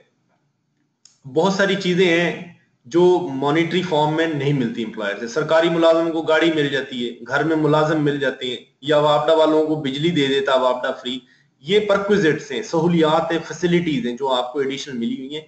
इन चीजों को कन्वर्ट किया जाता है, इनके फार्मूले कि मोटर व्हीकल को कैसे मॉनिटरी टर्म्स में इसका फायदा जो 1 महीने में आपको मिलता है मोटर गाड़ी चलाने का, उसको कैसे आपकी तनख्वाह में शामिल किया जाएगा और उसको टैक्स किया जाएगा। याद रखें कि मोटर व्हीकल डोमेस्टिक सर्वेंट जो है, यूटिलिटीज अगर गवर्नमेंट आपको दे रही है तो ये भी इस पे भी टैक्स लग जाता है, इसको भी टैक्स किया जाता है, ये भी टैक्स होता है। ये एमसीक्यूज में कहीं पूछ लें, बस ये मोटी सी चीज आपने याद रखनी। इसके आगे फार्मूले हैं ये प्रोपोजिट्स के इस पे टैक्स कैसे लगा जाता है। इसमें सबसे पहले जो है ना अलाउंसेस जो है वो कैसे टैक्स होते हैं वो हम आपको बता रहे हैं। अगर आपको घर दे दिया सरकार ने, ठीक है, और घर जो है वो आपको दे दिया है, क्लिफ्टन में घर मिल गया है, डीएचए में मिल गया, वो तो बड़ा महंगा घर है। घर का किराया होता है जो हुकूमत अगर आपको घर न देना आपको 5-6 हजार रुपये किराया देती है, तो उस घर पे एक खास तरीके से एक खास परसेंट से उस पे जो है ना टैक्स लगाया जाता है और उसको अमाउंट को शामिल किया जाता है अपनी आपकी आमदनी के तौर पे, और उसको साल के एंड पे उसको सैलरी में शामिल करके आपके मुफाद को, फायदे को, तो उस पर भी टैक्स लगा दिया जाता है। इसी तरह गाड़ी जो है अगर आप पर्सनल यूज के लिए कर रहे हैं तो उस पर 5% जो है ना उसकी जो कॉस्ट है गाड़ी की, अगर 20 लाख की गाड़ी है और आपने 1 साल चलाई है वो, तो आपको उसकी आमदनी समझी जाएगी 20 लाख का 5%, ये 25,000 बने, ये जितना भी बने उसको आपकी टोटल सैलरी में ऐड कर दिया जाएगा, ये भी आपकी सैलरी समझी जाएगी। ठीक है, अगर आप उसे बिल्कुल अपने इस्तेमाल में कर रहे हैं फिर उसका रेट 10% है। ठीक है, उसका एक अलग रेट है। इसी तरह अगर आपको एक आपके मालिक ने, जैसे ये फौजी फर्टिलाइजर और बहुत सारी कंपनीज करती हैं, ये फ्री कर्जा दे देती हैं जनाब कि मुझसे कर्जा ले लें, कोई इंटरेस्ट नहीं होगा, आप आहिस्ता आहिस्ता करके इसको वापस कर देना। तो ऐसा जो इंटरेस्ट फ्री जो लोन है उस पे भी जो है ना मतलब है कि उसको उसको जितना इंटरेस्ट की अमाउंट बनती है ना उसको भी आपका सैलरी समझा जाएगा। मिसाल के तौर पे आपने 10 लाख रुपए कर्जा लिया आपके अपने एम्प्लॉय से, उस पे 1 साल का जो ना वो बनता है 1 लाख रुपए उस पे सूद बनता है, लेकिन एम्प्लॉयर ने कहा यार तुम लोन ले लो 10 लाख मुझे आहिस्ता आहिस्ता वापस कर देना, मैंने सूद नहीं लेना तुमसे। लेकिन जब वो टैक्स वाले को पता चलेगा ना, वो कहेगा भाई आपके एम्प्लॉयर और आपका रिलेशन तो है, ठीक है, ये जो आपको इंटरेस्ट फ्री लोन मिल रहा है ना, लोन तो टैक्स नहीं होगा, ये तो कर्जा, ये तो आपने वापस करना है, लेकिन आपको इससे 1 लाख का फायदा हो रहा है क्योंकि आपको सूद नहीं अदा करना पड़ रहा, लिहाजा ये 1 लाख आपकी मैं आमदनी समझूंगा, वो शामिल कर देगा आपकी टोटल टैक्सेबल इनकम के अंदर। ठीक है ना। इसी तरह अगर कोई आपका बड़ा अच्छा फैक्ट्री का मालिक है, और वो होता तो नहीं ऐसे, वो आपका कोई लोन आपने लिया होगा कहीं से, जैसे मुस्लिम कमर्शियल बैंक से आपने 10 लाख रुपए लिए हुए, आपका देखता है मालिक यार मेरा बड़ा अच्छा मुलाजिम है लेकिन ये दबा हुआ कर्जे के अंदर, तो मैं इसका सारा लोन अदा कर देता हूँ। वो आपसे कहता है यार तू बेफिक्र हो जा, मैं तेरा सारा कर्जा अदा कर देता हूँ। तो आपको फायदा हो रहा है 10 लाख का, जो 10 लाख आपने देने थे वो आपके मालिक ने दे दिए, इसका मतलब है कि ये 10 लाख भी आपकी तनख्वाह में शामिल किया जाएगा। ठीक है। इसी तरह अगर वो कर्जा किसी दूसरे बंदे से यानी कि आपने लिया हुआ और वो भी एम्प्लॉयर अदा कर दे तो फिर भी आपकी तनख्वाह में शामिल किया जाएगा। ये छोटी छोटी चीजें, बारीक सी चीजें, ये 1-2 दफा पढ़ेंगे आपको क्लियर हो जाएंगी, और इसको मोटा मोटा याद रखना है। हम बेसिकली आपके कॉन्सेप्ट बना रहे हैं ताकि आपको एक आइडिया हो ये क्या क्या चीजें आगे। इसके अलावा आपको ट्रांसफर ऑफ प्रॉपर्टी और प्रोवाइडिंग ऑफ सर्विसेज हो जाए, आपको कोई प्रॉपर्टी दे दे, आपको डीएचए, आर्मी डीएचए में प्लॉट देती है आर्मी वालों को, वो जो प्लॉट की जो रकम है ना उसको हम टैक्स के पर्पज के लिए सैलरी में शामिल करते हैं, या आपको कोई सर्विस दे देती है, आपको पीआईए जो कहती है आप रिटायरमेंट हो गए या आप अभी हमारे पास हैं, आपको 10 टिकट महीने के फ्री होंगे, उन 10 टिकटों की जो कीमत है ना उसको हम सैलरी में शामिल कर देंगे टैक्स लगाने के लिए। ठीक है। इसी तरह घर जो मिलता है अकोमोडेशन, वो भी टैक्स हो जाती है, नीचे इसके बारे में दिया हुआ। ये जनरल सी जो चीजें हैं। इसके अलावा और चीजें हैं बुनियादी सैलरी की समझने के लिए, ये एमसीक्यूज के हवाले से समझने की चीज है कि सैलरी जब रिसीट बेसिस पे टैक्स होती है, जब तक आपने जो सैलरी रिसीव नहीं की उस पर टैक्स नहीं लगेगा। कोई भी आपको नवंबर के महीने में ये नहीं कहेगा मुझे 2019 साल में जो सैलरी कमानी है ना तुमने अभी उसका टैक्स दे दो। सैलरी जो है जब आपके हाथ में आती है तो उसी वक्त टैक्स लगता है, समझा यही जाता है, इससे उससे पहले टैक्स नहीं लगाया जाता। अब रिसीट का मतलब क्या होता है? रिसीट का मतलब ये होता है कि आपको एक्चुअल पेमेंट हो गई सैलरी की अमाउंट की, या आपको जो सहूलियात देनी थी, गाड़ी दे दी या घर दे दिया, वो आपके पास है, इसका मतलब ये है। और ये इसमें एम्प्लॉयर ने किया हो या एम्प्लॉयर के बिहाफ पे किसी और बंदे ने दी हो, या आपने ली हो या आपके बच्चों ने ली हो, जैसे आपकी बीवी का फ्री इलाज हो गया या आपके खामंद का फ्री इलाज होता है हॉस्पिटल से, जो कि गवर्नमेंट उसको देती है, आपकी कंपनी देती है, इसको भी परक्विजिट समझा जाएगा और इसको भी टैक्स किया जाएगा जितना आपको फायदा हो रहा है इससे। ठीक है। अब रिसीट ऑफ इनकम जो है वो आगे थोड़ा सा डिटेल में हमने दी हुई है। इसमें 3 चीजें हैं कि ऐसी अमाउंट जो आपने रिसीव कर ली हो, कोई फायदा या मुफाद जो आपने रिसीव कर लिया हो, ठीक है, या कोई ऐसी अमाउंट या मुनाफा या फायदा जो एम्प्लॉय के बिहाफ आपके किसी बंदे पे, आपके बिहाफ पे किसी पे कर दिया गया हो, आपके बच्चों पे कर दिया गया हो, आपके वालिदैन पे कर दिया गया हो, ठीक है, या कोई भी अमाउंट या बेनिफिट आपको मेक अवेलेबल कर दिया हो कि यार ये ले लो, अगर तुमने यूज करना तो कर लो, नहीं करना तो ना करो। अगर तुम नहीं करोगे वो आपकी मर्जी नहीं है। अगर एम्प्लॉयर ने कह दिया कि ये गाड़ी रख लो, आप गाड़ी भले दफ्तर में खड़ी कर जाए, तो वो उसकी एक परक्विजिट की अमाउंट होगी, वैल्यूएशन होगी, उसकी वैल्यू करके उसको भी टैक्स में शामिल किया जाएगा। अब एक बहुत अहम बात ये आप नोट कर लें, एमसीक्यूज के हवाले से अहम है कि सैलरी की इनकम जो है ना, ये वाहिद हेड है जिसमें कोई अखराजात आपको अलाउड नहीं। आप सैलरी साल की जमा करेंगे और आप एंड पे टैक्स वाले को ये नहीं बताएंगे कि ये मेरी सैलरी है 5 लाख रुपए और मेरे इसमें ना 4 लाख खर्चा हो गया तो मेरी इनकम तो 1 लाख रुपए। बल्कि जो सैलरी आप रिसीव कर रहे हैं, जितनी रिसीव कर रहे हैं उस पर ग्रॉस सैलरी पे टैक्स होगा, उसमें कोई डिडक्शन अलाउ नहीं है टैक्सेबल इनकम पे रीच करने के लिए। Salary received is salary taxable, ठीक है। इसमें जो चीज अलाउड है वो चंद चीजें हैं, वो आपको बता देंगे हम, ठीक है। उम्मीद है तमाम लोगों को ये यहां तक जो है ना चीज समझ आ गई होगी। अब इसमें और थोड़ी सी बातें हैं वो हम देख लेते हैं। सैलरी जो है ना वो पाकिस्तान सोर्स इनकम होगी जब वो पाकिस्तान में आपको रिसीव होगी। अब यहाँ पे एक मिसाल दी हुई है, मिस्टर एक्स एक फ्रेंच मैन है, ठीक है। मिस्टर एक्स जो है वो 5 महीने पोस्टर रहा है पाकिस्तान में और इस दौरान उसे सैलरी मिली है। ये क्या पाकिस्तान अर्न सैलरी होगी कि पाकिस्तान अर्न सैलरी नहीं होगी? ये सैलरी तो पाकिस्तानी सोर्स, ये मिली तो पाकिस्तान में ना उसको, ये पाकिस्तान सोर्स इनकम है। लेकिन क्योंकि वो इस ईयर में नॉन रेजिडेंट है, क्योंकि 5 महीने रह रहा ना, 6 महीने रहेगा तो वो रेजिडेंट बनेगा, ठीक है। सैलरी लेकिन उसने जो अर्न की है वो टैक्सेबल है, ठीक हो गया। अब इसमें एक दूसरा पॉइंट है, salary is paid by or on behalf of the federal government or provincial government or a local authority in Pakistan where the employment is exercised।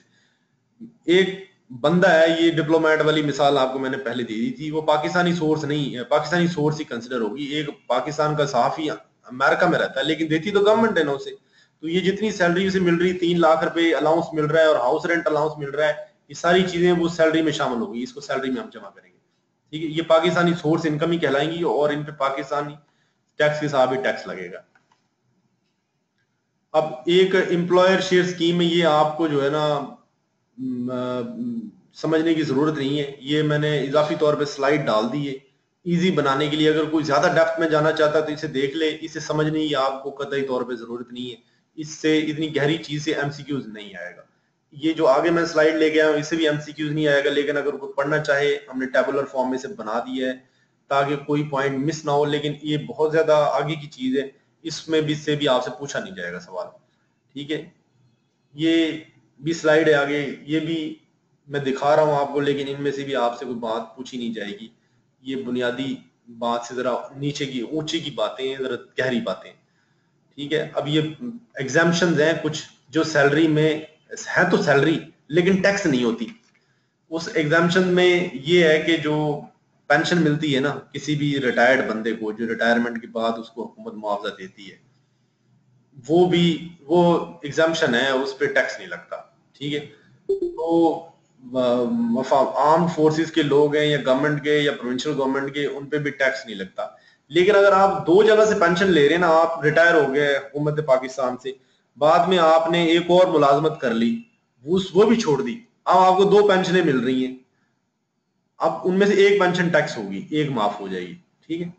अब ये इसमें भी बस इसको इतना याद रखना है कि पेंशन जो है ना वो उस पे एग्जाम्पशन है, ग्रेचुइटी, कम्यूटेशन और पेंशन ये एग्जाम्प्ट है सैलरी का पार्ट, लेकिन इनको एग्जाम्पशन हासिल है, ठीक है। पेमेंट फ्रॉम प्रोविडेंट फंड जो है ना, ये मैंने आपको पहले बता दिया है कि आपको प्रोविडेंट फंड से जो पेमेंट होती है ना, ये एग्जाम्प्ट है। प्रोविडेंट फंड एक फंड होता है जो हुकूमती महकमों में ज्यादा होता है, प्राइवेट में होता है लेकिन कम में। इस फंड में बेसिकली हुकूमत अपनी तरफ से, जैसे आपकी तनख्वाह है 50,000 रुपए, हुकूमत हर महीने आपकी तनख्वाह से 1,000 रुपए काटेगी और एक फंड में आपके नाम से जमा करा देगी, प्रोविडेंट फंड।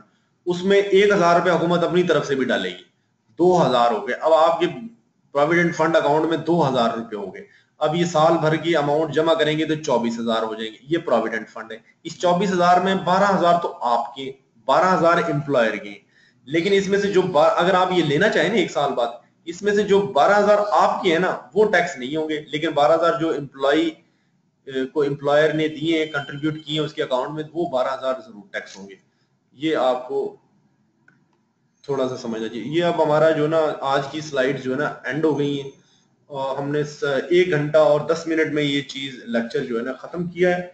लंबा लेक्चर था, बहुत सारी चीजें आपको समझ नहीं आई होंगी। अब आप जो है ना अपना सवाल पूछ सकते हैं। ये there is no limit for pension पूछ रहे हैं। पेंशन की लिमिट, पेंशन तो लिमिटेड होती है ना, पेंशन की कोई लिमिट नहीं है, लेकिन अगर आप 2 ले रहे हैं तो उनमें से एक टैक्स होगी। अगर आप लोग तो 1.5 लाख रुपए पेंशन लेते हैं, पेंशन पे टैक्स नहीं लगता। नुमान खान साहब ने पूछा है। मैं स्पीकर ऑन कर रहा हूं वैसे आपका। प्रोविडेंट फंड समझा दिया मैंने साजिदा नाज को, मैं दोबारा समझा रहा हूँ। प्रोविडेंट फंड जो है बेसिकली एक फंड है, एक आपके बिहाफ पे जो भी मुलाजिम होता है उसके बिहाफ पे ये एस्टेब्लिश किया जाता है। आप हर महीने आपकी तनख्वाह जब हुकूमत आपको देती है तो आपको उसमें से थोड़ी अमाउंट निकाल लेती है, उस निकाल के उस अमाउंट को एक अकाउंट में जमा करा देती है आपके नाम पे। और आप 30 साल नौकरी करते हैं, 30 साल वो अमाउंट जमा होती रहती है एक अकाउंट, उसको कहते हैं प्रोविडेंट फंड अकाउंट। जब आप रिटायर होती हैं तो उस वक्त तो आप ले लेते हैं प्रोविडेंट फंड, उससे पहले भी ले सकते हैं। ये प्रोविडेंट फंड में हुकूमत आपसे, जैसे आपकी 50,000 रुपए सैलरी है, 1,000 रुपए आपसे ले लिए हुकूमत ने, इतना ही कंट्रीब्यूशन 1,000 डालेगी, इसे 2,000 रुपए को आपके अकाउंट में जमा करा देगी, उस पर इंटरेस्ट भी आता रहेगा। ठीक है, साल के एंड पे 5 साल बाद अगर आप उसको लेना चाहें प्रोविडेंट फंड को अपनी कैश करा सकते हैं। ये अकाउंटिंग की टर्म है प्रोविडेंट फंड, और ये टैक्स उतना होता है जितना आपका इसमें एम्प्लॉयर का शेयर है। आप, मैंने बताया ना 1,000 रुपए आप, जी जी पेंशन बोलते हैं इसको, ये पेंशन जिसको कहते हैं। नहीं, पेंशन, पेंशन मिलती है रिटायरमेंट के बाद। प्रोविडेंट फंड जॉब के दौरान मिल सकता है, मैं ले सकता हूँ, मेरे 5-10 लाख रुपए इकट्ठे होंगे वो मैं ले सकता हूँ। पेंशन जो होती है जब आप रिटायर हो जाती है तो फिर ये मिलती है आपको। और इलियास साहब, मेरे 2 क्वेश्चन। जी जी ये जो प्रोविडेंट फंड है, असेसमेंट के बारे में। जी जी सर ये असेसमेंट जैसे ऑडिट ईयर के बीच में जिस टाइम भी आपको नोटिस आ जाते हैं, ऑडिट स्टार्ट हो जाती है एफबीआर, इस तरह असेसमेंट भी एफबीआर एंड के किसी भी टाइम असेसमेंट कर सकता है। असेसमेंट जो है ना वो, ऑडिट का मकसद असेसमेंट करना ही होता है। ऑडिट एक टर्म है, जब आप ऑडिट में किसी को सेलेक्ट करते हैं तो एंड पे क्या करना, आपने असेसमेंट ही करनी, आपने असेसमेंट ही करनी है। एक होती है सेल्फ असेसमेंट जो आप हर साल करते हैं, और दूसरी जितनी भी असेसमेंट है उनमें से जरूरी नहीं कि वो हर साल होती हो, आप अमेंड कर सकती हैं असेसमेंट। एफबीआर आपका, जैसे आपने रिटर्न जमा करा दिया है और आपने 5 लाख सैलरी शो कर दी है अपनी, एफबीआर को कहीं से पता चला यार ये बंदे को तो 20 लाख रुपए की गाड़ी खरीदी है इसने, और इसने अपने रिटर्न में बताया हुआ कि मैंने तो 5 लाख रुपए मेरी सैलरी है, तो एफबीआर वाले आपकी असेसमेंट कर सकते हैं। आपको नोटिस देंगे, भाईजान आपने 5 लाख रुपए सैलरी शो की हुई है, आप 20 लाख की गाड़ी रजिस्टर करवा रहे हैं, बताएं 15 लाख कहां से आया। अगर आप कहेंगे जी मैंने यहां से लिया वहां से लिया, वो कहेंगे इस पे 15 लाख पे टैक्स लगाओ और असेसमेंट हो जाएगी, वो आपकी असेसमेंट होगी, नया तखमीना लगाएंगे, उसको कहते हैं अमेंडमेंट ऑफ असेसमेंट जो ऑलरेडी डन है। कन्वेयर के बारे में पूछना था, ये भी सैलरी के हेड में आता है। क्या चीज पूछ रहे हैं? रीअसेसमेंट नहीं, आप सवाल थोड़ा सा ऊंचा करें, किसको पूछ रहे हैं? ये जो एजाज होता है ऑनरेरिया, ऑनरेरियम, ये बिल्कुल जो आपको ऑनरेरियम मिलता है ये भी आपकी सैलरी में शामिल होगा।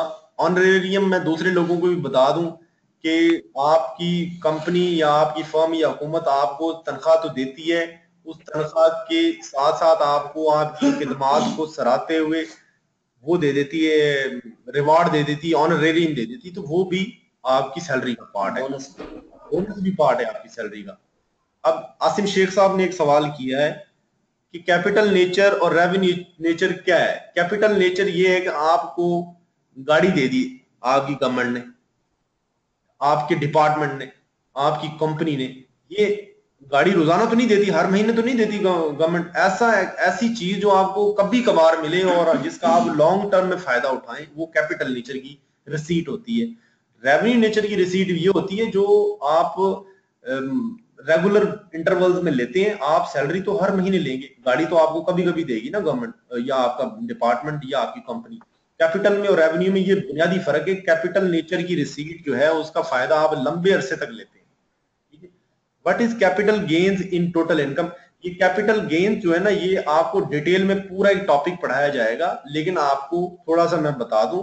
कैपिटल गेन ये होता है कि आपने कोई कैपिटल एसेट है आपका, आपकी जमीन हो सकती है, आपकी गाड़ी हो सकती है, वो आपने 10 लाख की ली 2 साल पहले और अब आपने वो 12 लाख की बेच दी, तो इसमें 2 लाख का जो फर्क है ना, वो कैपिटल गेन है। कि आपने कैपिटल एसेट बेच के 2 लाख रुपए कमाए, वो आपका कैपिटल गेन है, या प्रॉपर्टी बेच के 2 लाख रुपए कमाए, ये कैपिटल गेन है।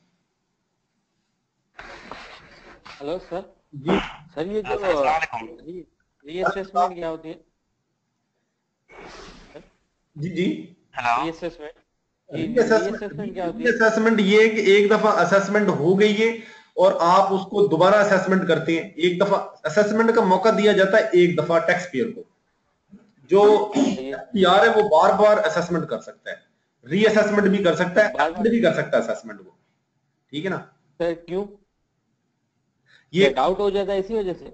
जी कोई डाउट वगैरह हो जाता है सर, या किसी और चीज की वजह से रीअसेसमेंट होती है? अगर कोई गलती लगे ना, एफबीआर को गलती लगे या कोई कंप्लेंट आए या कोई ऐसे शवाहिद नजर आ जाए कि ये टैक्स जो आमदनी बंदे ने बताई है इतनी नहीं है, इससे ज्यादा है, ये टैक्स कम बता रहा है, असेसमेंट लो की है, इसने बिलो की है, इसने कंप्लीट असेसमेंट नहीं की, अपनी दुरुस्त नहीं की, तो फिर एफबीआर उसको दुरुस्त करता है और उस पर जितना टैक्स रह चुका होता है उसे लगा के रिकवर करता है।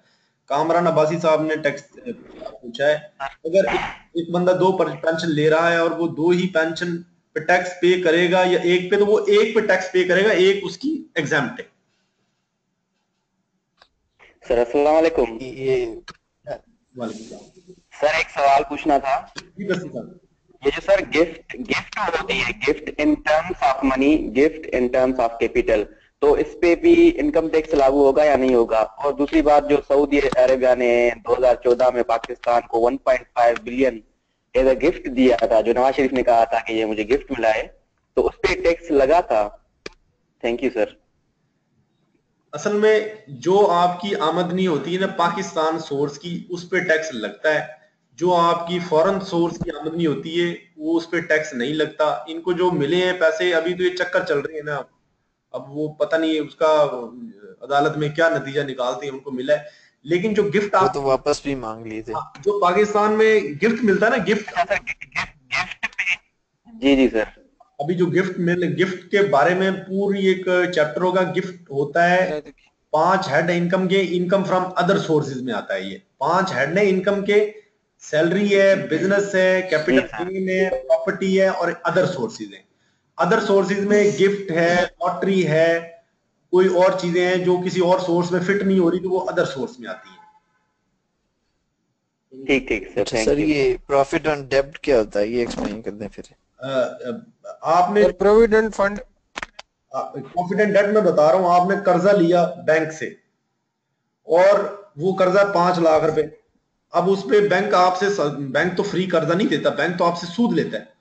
जो अमाउंट आपने ली है वो डेट है, और जो बैंक को आप सूद पे करेंगे इंटरेस्ट की फॉर्मेट में, वो प्रॉफिट है बैंक को जो दे रहे हैं आप। इसको प्रॉफिट एंड डेट कहते हैं, कर्जे पे जो मुनाफा आप देते हैं जिससे आपने कर्जा लिया हो। प्रोविडेंट फंड में गवर्नमेंट को क्या फायदा होता है? यार ये गवर्नमेंट को फायदा नहीं होता प्रोविडेंट फंड में। ये बेसिकली गवर्नमेंट जो है ना वो एम्प्लॉइज के मुफाद के लिए करती है, क्योंकि अच्छी ऑर्गेनाइजेशन, अच्छे एम्प्लॉयर्स वो होते हैं जो अपना फायदा ही नहीं सोचते बल्कि अपने एम्प्लॉयर्स का फायदा भी सोचते हैं। ये स्कीमें इसलिए इंट्रोड्यूस कराई जाती हैं कि आप एक बंदे को जिसको आप जॉब करा रहे हैं उस पर पाबंदी भी लगाते हैं, उसने नौकरी नहीं करनी सारी जिंदगी और उसने ना कारोबार करना कोई और, तो उसको छोटे छोटे बेनिफिट जो ना ये दिए जाते हैं, ये प्रोविडेंट फंड, ताकि जब वो उसकी अमाउंट एक इकट्ठी हो, जैसे कमेटी नहीं डालते प्राइवेट लोग, ऐसे गवर्नमेंट आपको एक मौका देती है कि आप कमेटी हमारे साथ डाल लें और जब दिल करे जब ले लें उसको। इसमें ये भी बता देंगे छोटी सी बात कि अगर आपने अपने प्रोविडेंट फंड में कोई कंट्रीब्यूशन करी है गवर्नमेंट और उसमें कोई इंटरेस्ट नहीं है, तो क्योंकि उसमें इंटरेस्ट इन्वॉल्व तब ही होगा जब उसमें गवर्नमेंट कंट्रीब्यूट करेगी। जैसे मैं अपना केस अगर आपको बताऊं, तो मेरे जो प्रोविडेंट फंड है उसके ऊपर मैंने कोई इंटरेस्ट नहीं लगाया हुआ, मीनिंग देयर बाय कि गवर्नमेंट ने उसके अंदर कोई कंट्रीब्यूशन नहीं किया हुआ। अगर मैं उसमें से कोई जो है विड्रॉल कराता हूँ, चाहे 40,000 का चाहे 50,000 का, ये थोड़ी सी डिटेल बता रही है, लेकिन कंफ्यूज होने की जरूरत नहीं है। प्रॉफिट एंड डेट आपको समझ आ गया, प्रोविडेंट फंड समझ आ गया, बुनियादी समझे आप अभी। मतलब अगर उस पे टैक्स तब नहीं लगेगा जब उस पे गवर्नमेंट जो है वो प्रोविडेंट फंड में, आपके प्रोविडेंट फंड में जो है वो अभी जो नहीं करेगी। अवैध साहब, अभी आप इतनी चीज ध्यान में रखें कि प्रोविडेंट फंड भी एक कमेटी है जो गवर्नमेंट डालती है आपके साथ, आपकी होती है। उसमें आम कमेटी तो ऐसी होती है ना जिसमें आप ही पे कर रहे होते हैं, और मोहल्ले में वो जो है ना खवातीन डालती हैं, और वो जितनी अमाउंट आपकी होती है उतनी मिलती है आपको। लेकिन प्रोविडेंट फंड एक ऐसी कमेटी है जिसमें आप भी शेयर डाल रहे हैं और गवर्नमेंट भी उतना ही शेयर डाल रही है अपनी पास से जितना आपका, और एंड पे सारा आपको दे देती है। प्रोविडेंट फंड जरा एक कमेटी की अच्छी शक्ल है। और कोई सवाल जनाब? और ये एग्रीकल्चर इनकम जो है ये एग्जम्प्ट है? एग्रीकल्चर इनकम पे इनकम टैक्स नहीं लगता। ठीक है। अब एक सवाल हमसे पूछा है नुमान खान साहब ने, टर्न जमाल सर ये सर आप जी सर आपने बोला कि गवर्नमेंट भी फंड डालती है प्रोविडेंट फंड में, हाँ ये सब मुलाजमीन के लिए होता है क्या सिर्फ सिलेक्टेड? नहीं, ये पूरे पाकिस्तान के मुलाजमीन में हुकूमत सिंध भी डालती है, हुकूमत पंजाब भी डालती है, हुकूमत पाकिस्तान भी, सारी गवर्नमेंट डालती है। प्रोविडेंट फंड एक जरूरी होता है एस्टेब्लिश करना, ये हुकूमत का कानून है मुलाजमीन के लिए प्रोविडेंट फंड, और उनका जो है ना वो जरूरी आप एस्टेब्लिश करें। और कुछ तो प्राइवेट कंपनियां भी प्रोविडेंट फंड एस्टेब्लिश करती हैं। सर ये पब्लिक कंपनी प्राइवेट कंपनी में फर्क बता दें जरा। प्राइवेट कंपनी जो है वो मैं आपको बताता हूँ। पब्लिक कंपनी ये होती है वो कंपनी जिसके 50% शेयर जो है वो हुकूमत पाकिस्तान की हो, या 50 से ज्यादा, या वो कंपनी जो जिसमें 50 या 50 से ज्यादा शेयर जो है वो किसी बाहर की हुकूमत की हो, या ऐसी कंपनी जो स्टॉक एक्सचेंज में अपने शेयर बेचती हो ट्रेडिंग के लिए, जैसे नेस्ले है, डीजी सीमेंट है, पार्को है, इनके शेयर आप Karachi stock, Pakistan stock exchange जिसे आप कहते हैं, कराची स्टॉक एक्सचेंज का नाम बदल गया है, उसमें वो बिकते हैं, आप शेयर खरीद सकते हैं। पब्लिक, और जो कंपनीज पब्लिक कंपनीज नहीं है वो प्राइवेट कंपनीज है। सर ये रेंट के बारे में थोड़ा सा पूछना था। ये रेंट जो 2 लाख का अमाउंट है, ये एनुअली है या मंथली बेस पे? ये एनुअल था। अगर आपने एनुअल रेंट आपका किसी भी जगह से 2 लाख से ज्यादा होगा तो आप टैक्स पेयर हैं, आपको गोशवारा भी जमा कराना है और आपने टैक्स भी देना है। अगर 2 लाख से कम आपका रेंट है, 1,99,000 रुपए आपकी रेंट की कमाई है, तो आप पे टैक्स नहीं लगता, आप ना गोशवारा जमा कराएंगे ना टैक्स देंगे। Okay, thank you sir. ये जमाल खान काकड़ साहब ने सवाल पूछा है टर्नओवर क्या होता है। टर्नओवर ग्रॉस रिसीट से आपने एक कारोबार किया हुआ है, आप उस कारोबार में जितना पैसा आपको आता है ना, जितने की चीजें आप बेचते हैं, वो सारा आपका टर्नओवर है। सिंपल है। नुमान खान साहब ने सवाल पूछा है कि फाइलर और नॉन फाइलर के rate tax are different in tax payment. Filer के ऊपर रेट अलग लगता है, नॉन फाइलर के ऊपर अलग लगता है। इसकी जरूरत क्यों आई? इसकी जरूरत ये आई कि लोग जो है ना अपने गोशवारे जमा नहीं कराते एफबीआर में, तो हुकूमत ने एक फायदा ढूंढा है कि जो बंदा तो अपने गोशवारे जमा करा देगा वो फाइलर बन जाएगा, उसको कम टैक्स देना पड़ेगा। जो गोशवारे जमा नहीं कराता, नॉन फाइलर रहता है, उसको डबल टैक्स देना पड़ेगा। ये बेसिकली लोगों को रिटर्न जमा करवाने पे, यानी कि मजबूर करने के लिए, ये फाइलर और नॉन फाइलर का टैक्स के रेट डिफरेंट है। आसिम शेख साहब ने पूछा है ट्रीटमेंट ऑफ एरियर्स, यानी कि जो सैलरी आपको 5-6 महीने की सैलरी आपको मिली नहीं और अब आपको वो नवंबर में मिल रही है, तो उस पे एवरेज रेट लगेगा मेरे भाई टैक्स का। इसमें एवरेज रेट लगेगा, बस ये ध्यान में रखना है।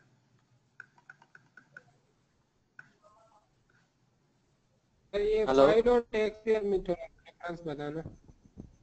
जी, ये सैयदा सहर ने सवाल पूछा है allowances in addition to salary. आपको एक होती बेसिक पे मिलती है, इसके साथ आपको मिलता है व्हीकल अलाउंस मिलता है, हाउस अलाउंस मिलता है, मेडिकल अलाउंस मिलता है, ये बहुत सारी चीजें, ये भी सैलरी का पार्ट है, ये भी आपकी सैलरी है।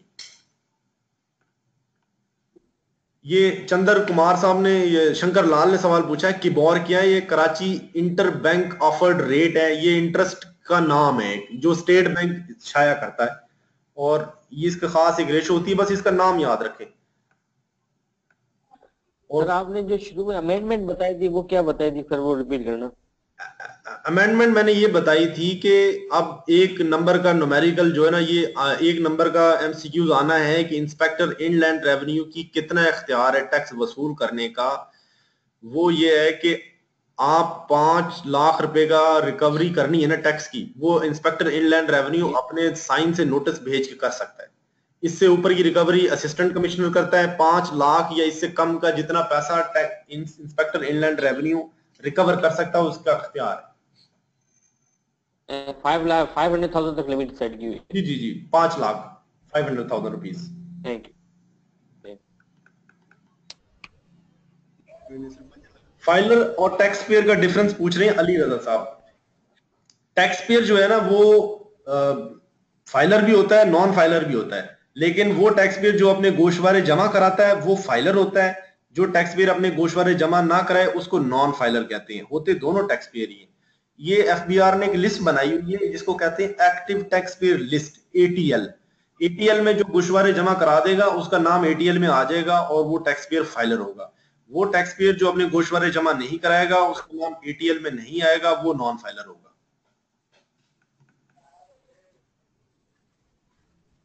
सर एक आपने WWF और एक WWP बताया हुआ था, कहीं आया हुआ था इसका जिक्र। ये जो है ना WWF वर्कर्स वेलफेयर फंड होता है और एक WPF होता है वर्कर्स पार्टिसिपेशन फंड। ये कंपनीज जो है ना वो उन पे लागू होता है, सिर्फ आम बंदों पे लागू नहीं होता। ये कंपनीज जब अपने गोशवारे जमा कराती हैं तो वो जो वर्कर्स वेलफेयर फंड है वो भी जमा कराती हैं, वो एफबीआर को देती हैं। इनकम टैक्स अलग होता है और WWF अलग होता है। WWF एफबीआर वसूल करता है कंपनियों से, और फिर एक आपने एक महकमा सुना होगा एम्प्लॉय EOPI, जिसका पिछले सालों में बड़ा फंडा रहा है। वर्कर्स जो ना वेलफेयर फंड उसको दे दिया जाता है EOPI का। EOPI वो लोगों में बांटती है, उसका एक तरीकाकार है। नोमान खान पूछ रहे हैं कि सेक्शंस को याद करना जरूरी है। सेक्शंस को याद करना, सारे सेक्शंस को याद करना जरूरी नहीं है, लेकिन कुछ सेक्शन ऐसे हैं जो बड़े बुनियादी हैं, जैसे सैलरी का सेक्शन 12 है, इसको इतना पता होना चाहिए। एग्रीकल्चर इनकम का 41 है। ऐसे कोई 8-20 सेक्शन होंगे जो हम आपको बता देंगे, जो आपने याद करने, वो हम एक चार्ट अलग से भी बनाएंगे। बहुत ज्यादा डिटेल में सेक्शन आपने याद नहीं करने। सर ये एक मैनुअल रिटर्न जमा करते हैं तो क्या वो भी एक्टिव टैक्स पेयर लिस्ट में आ जाते हैं कि नहीं? हाँ जी, जो मैनुअल रिटर्न जमा कराता ना, रिटर्न 2 तरीके से जमा करा सकते हैं बाकी लोगों के लिए भी।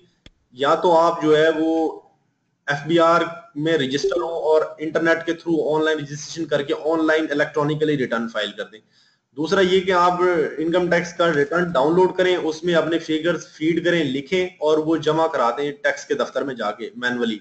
तो मैनुअली जो रिटर्न फीड जमा कराते हैं आप, उसको हम 15-20 दिन के अंदर अपने स्टाफ के लोगों को देते हैं जो हमारी इंटरनेट लैब में, कंप्यूटर लैब में होते हैं, वो उसको खुद फीड कर देते हैं और वो इलेक्ट्रॉनिक बन जाती है रिटर्न। 15-20 दिन बाद आप उसको देखेंगे कि वो एक्टिव टैक्स पेयर लिस्ट में चला जाता है बंदा। चलिए रिटर्न क्या होगा? सेलिंग्स और नॉन सेलिंग बताना। क्या चीज? रेजिडेंट और नॉन रेजिडेंट? रिटर्न क्या होता है? रिटर्न की बात करें। रिटर्न का नहीं पूछ, रिटर्न क्या कह रहे हैं आप? सर मैं कह रहा हूँ कि ये जो रिटर्न फाइल होती है या होता है, या रिटर्न एक स्टेटमेंट होती है। रिटर्न एक स्टेटमेंट होती है जिसे गोशवारा कहते हैं उर्दू में, और अंग्रेजी में उसे रिटर्न कहते हैं। इस चीज में आप हमें बताते हैं कि ये मेरी आमदनी है 1 साल की, ये मेरे अखराजात हैं, ये मेरा टैक्स है और ये मेरी टैक्स की सबूत है कि मैंने जमा करा दिया। ये एक स्टेटमेंट होती है, टैक्स पेयर जमा कराता है। अच्छा, टैक्स पेयर जमा कराता है, ये एक फाइल बनता है इनका पूरा? हाँ जी, हर टैक्स पेयर का फाइल बनता है, उसमें उसका रिटर्न जमा होकर लगता है। हाँ, आपके रिटर्न जो है वो जितने भी जमा कराए होंगे 2007 से लेके अब तक के रिटर्न हमारे डेटाबेस में अवेलेबल है। उससे पुराने रिटर्न जो है ना, पहले सिस्टम नहीं था तो वो मैनुअल हमारे पास मौजूद है। ये रिटर्न्स भी आपको दिखाएंगे। तो सर इनकम टैक्स रिटर्न क्या है? Income tax return sir income tax return एक रिटर्न होता है इनकम टैक्स में, जिसमें आप बताते हैं मेरी इतनी इनकम है और इतना टैक्स है। ये इनकम टैक्स रिटर्न होता है, इसको गोशवारा कहते हैं। रिटर्न और इनकम टैक्स रिटर्न एक ही चीज है। Thank you sir. एमसीक्यूज भी कैपिटल एसेट सेलिंग और नॉन सेलिंग बताना। नॉन सेलिंग, सेलिंग और नॉन सेलिंग नहीं, सेलिंग और नॉन सेलिंग नहीं, रेजिडेंट और नॉन रेजिडेंट हमने बताया था आपको। सैलरीड के नॉन सैलरीड वो बताना। अच्छा, सैलरीड पूछ रहे हैं और नॉन सैलरीड पूछ रहे हैं आप ना। कैपिटल जो जैसे आपने बोला कि एक शॉपकीपर है, हाँ जी, उसके पास वो फ्रिज नहीं बेचता और उसकी कुछ चीजें जो बेच सकता है। सेलिंग और नॉन सेलिंग बोला था ना। सेलिंग और नॉन रेजिडेंट एंड वो नॉन ये है रेजिडेंट। कि जो उसका फ्रिज है वो उसका कैपिटल एसेट है, और उस फ्रिज में पड़ी हुई बोतलें जो हैं वो उसका कैपिटल एसेट नहीं है, बल्कि वो स्टॉक इन ट्रेड है। ठीक है, अगर वो फ्रिज को बेच के उसके पास पैसे आते हैं तो उसको कहेंगे कैपिटल रिसीट। अगर, क्योंकि फ्रिज तो रोज नहीं बेचता, वो तो कभी कभार बेचता है। और अगर उसको बोतलें जो उसके अंदर है पानी की या ड्रिंक्स वो बेच के पैसे आती हैं तो उसे कहेंगे रेवेन्यू रिसीट, क्योंकि वो रेगुलर लगातार बेचता है, बार बार बेचता है। एमसीक्यूज प्रोवाइड करेंगे जी अकरम साहब, बिल्कुल प्रोवाइड करेंगे आपको इंशाल्लाह। आप लोग बेफिक्र रहें, आपने ये प्रोग्राम ज्वाइन किया है, ये बड़ा सेटिस्फैक्टरी, हम इसमें आपका लेवल पे आपको ट्रेन करेंगे। इसको तवज्जो से आप अगर आप ज्वाइन करेंगे, दिलचस्पी लेंगे, तो मेरा ख्याल है कि आप लोगों की पोजीशन जो है वो हजारों लोग जो अपीयर हो रहे हैं, बल्कि जो लोगों ने टैक्स पढ़ा भी हुआ उनसे भी आपकी पोजीशन बेहतर होगी, क्योंकि हम आपके कॉन्सेप्ट क्लियर करेंगे। आज तो पहला दिन है, अभी आपके मजीद लेक्चर होने हैं, इंशाल्लाह बड़ी चीजें इसमें क्लियर होंगी। सर जी जी, ये जो लिक्विडेटर है, ये लिक्विडेटर वो होते हैं जब कंपनी इंसॉल्वेंट या डिसॉल्व हो जाती है तो कंपनी को प्रिजर्व करने के लिए ये लिक्विडेटर आते हैं। यही है लिक्विडेटर वो, तो इन पे टैक्स लगता है जो इनकी इनकम होती है जो कंपनी को बचाने के लिए लेते हैं। हाँ नहीं, ये लिक्विडेटर जो है ना, मैं बाकी लोगों के लिए बता दूं कि आपने कंफ्यूज नहीं होना, मैं इसको डिफाइन कर रहा हूँ। असल में जो एक कंपनी होती है ना, वो एक पर्सन होता है। आम पर्सन को कैसे खत्म किया जाता है, उसको तो आप गला दबा के खत्म कर सकते हैं, कत्ल कर सकते हैं, या कुदरती तौर पर उसकी मौत हो सकती है। कंपनी को खत्म करने का भी एक तरीका, वो एक आर्टिफिशियल पर्सन है, उसको भी खत्म करने का एक तरीका है, और वो ये है कि उसकी डिसोल्यूशन होती है। डिसोल्यूशन का एक तरीका वॉलंटरी कंपनी होती है। हाँ जी, वॉलंटरी होती है या इनवॉलंटरी होती है। वॉलंटरी जब ये होती है कि जब कंपनी के मालिकान और शेयर होल्डर चाहें कि हम इसे खत्म करना चाह रहे हैं, तो वो वॉलंटरी डिसोल्यूशन होती है। लेकिन अगर कंपनी लॉस में चली जाए, उसकी लायबिलिटीज जो है वो ज्यादा हो जाएं और वो उनको मीट अप कर ना पाए, फिर उसकी इनवॉलंटरी डिसोल्यूशन होती है, और उसको लिक्विडेट करने के लिए, डिसॉल्व करने के लिए कुछ लोग अपॉइंट किए जाते हैं।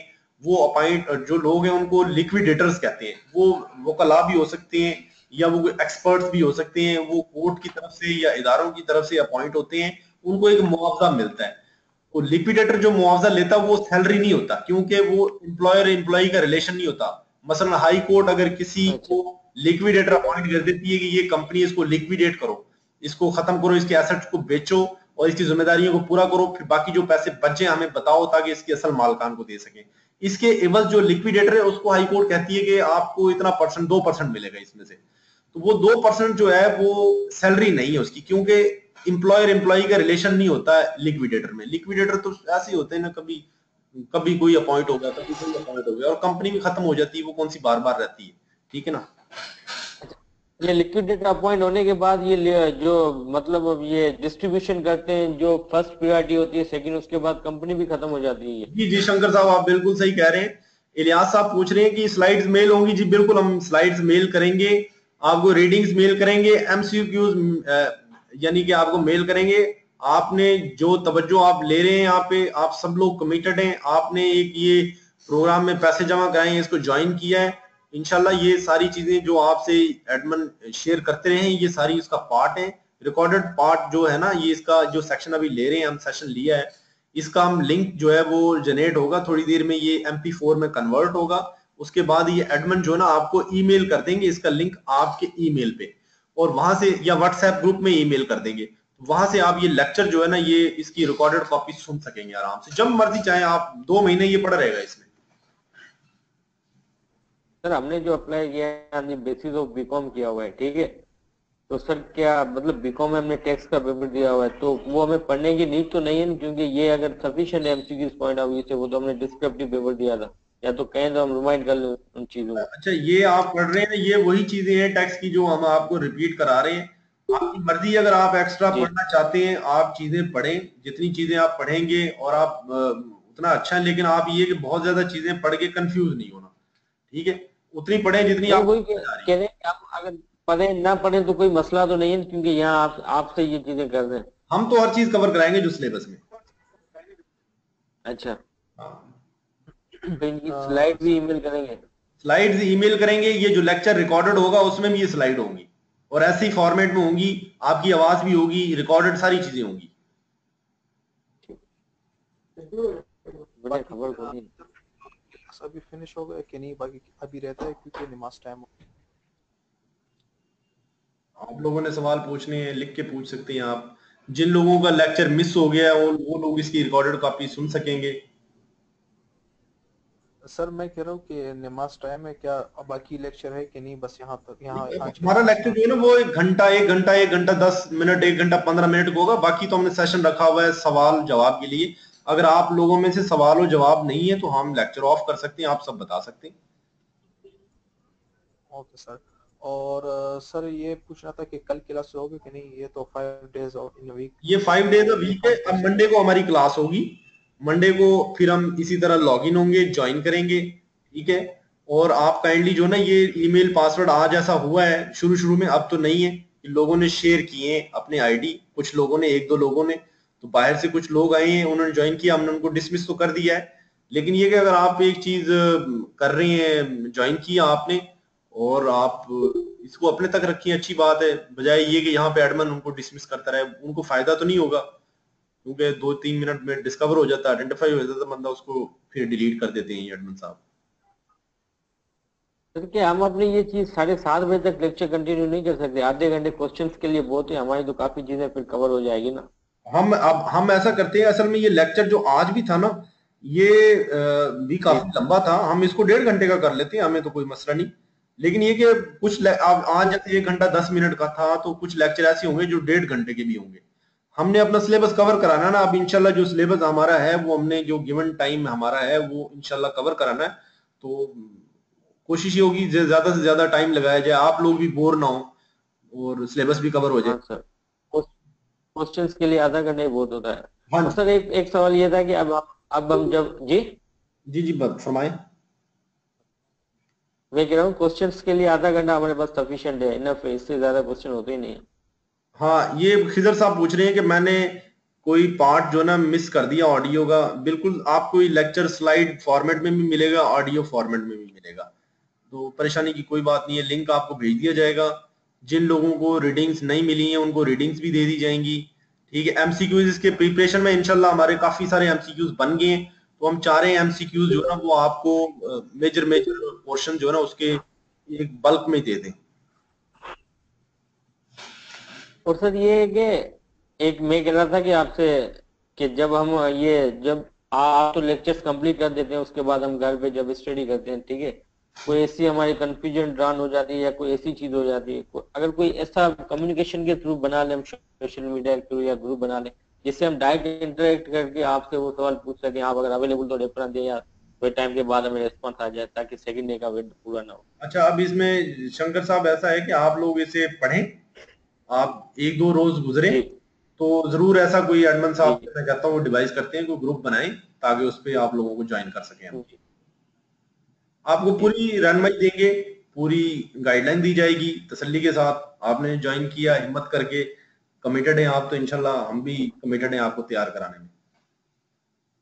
Thank you sir, thank you. अस्सलाम वालेकुम सर। सर ये वीडियो पेपर फॉर्म में प्रिंट हो सकते हैं? ये जो है ना स्लाइड हम आपको वैसे ही भेज देंगे, पेपर फॉर्म में आप प्रिंट कर लीजिएगा, लेकिन लेक्चर भी आएगा, वीडियो फॉर्मेट में भी होगी, MP4 भी होगा, PPT फॉर्म भी होगा। ठीक है, ठीक। अस्सलाम वालेकुम सर।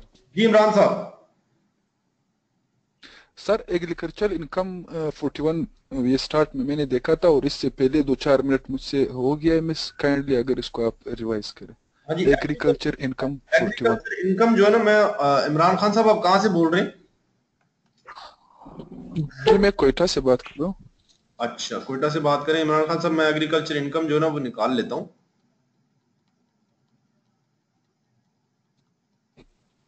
ये एग्रीकल्चर इनकम जो है ना, ये सर आप पढ़ पा रहे होंगे कि वो इनकम जो आप जमीन से लेते हो, जमीन से कमाते हो, सर जमीन से कमाते हो जो पाकिस्तान के अंदर हो, और जमीन जो है एग्रीकल्चर मकसद के लिए इस्तेमाल होती है। 3 शर्तें हैं। एक, जमीन का होना जरूरी है। दूसरा, उस जमीन का पाकिस्तान में होना जरूरी है। तीसरा, उस जमीन पे कोई एग्रीकल्चर पर्पस के लिए इस्तेमाल हो रहा हो, तो फिर वो एग्रीकल्चर इनकम बनेगी। मिसाल के तौर पे अगर आप काश्तकार हैं और आपने फसल उगाई है, उस फसल उगा के बेचने से जो पैसे मिले वो एग्रीकल्चर इनकम है। या आपकी जमीन है गांव में, आपने वो ठेके पे दे दी है, अपना बाग आपने ठेके पे दे दिया है, तो उससे जो किराया आ रहा है वो भी आपकी एग्रीकल्चर इनकम है। लेकिन इसमें एक चीज जो है वो ये है कि अगर आपने कोई फसल उगाई नहीं है, कोई जड़ी बूटी ऐसी या कोई दरख्त ऐसा जो आपके खेतों में वैसे ही उगाया है कुदरती तौर पे, आपका उसमें कोई किरदार नहीं, तो वो एग्रीकल्चर इनकम नहीं है। हालांकि वो है, वो भी एग्रीकल्चर प्रोड्यूस, लेकिन क्योंकि आपकी उसमें एफर्ट नहीं कोई लगी, इसलिए वो एग्रीकल्चर इनकम नहीं है। और सर ये टैक्सेबल दोनों है? एग्रीकल्चर इनकम जो है ना वो इनकम टैक्स ऑर्डिनेंस में एग्रीकल्चर इनकम टैक्सेबल नहीं है। एग्रीकल्चर इनकम पे टैक्स नहीं लगता। एग्रीकल्चर इनकम सूबे टैक्स लगाते हैं एग्रीकल्चर इनकम पे। सिंध अपना निजाम है, पंजाब का अपना है, बलूचिस्तान का अपना है, केपी का अपना है। जो इनकम आपकी एग्रीकल्चर इनकम से अलग इनकम है दूसरी, उस पे टैक्स लगता है, इनकम टैक्स ऑर्डिनेंस लगता है। एग्रीकल्चर इनकम पे नहीं इनकम टैक्स लगता। Okay sir. हाँ जी।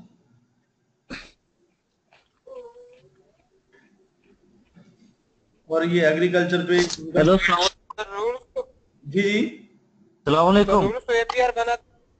वालेकुम सलाम मलिक साहब। हेलो जी जी नासिर साहब।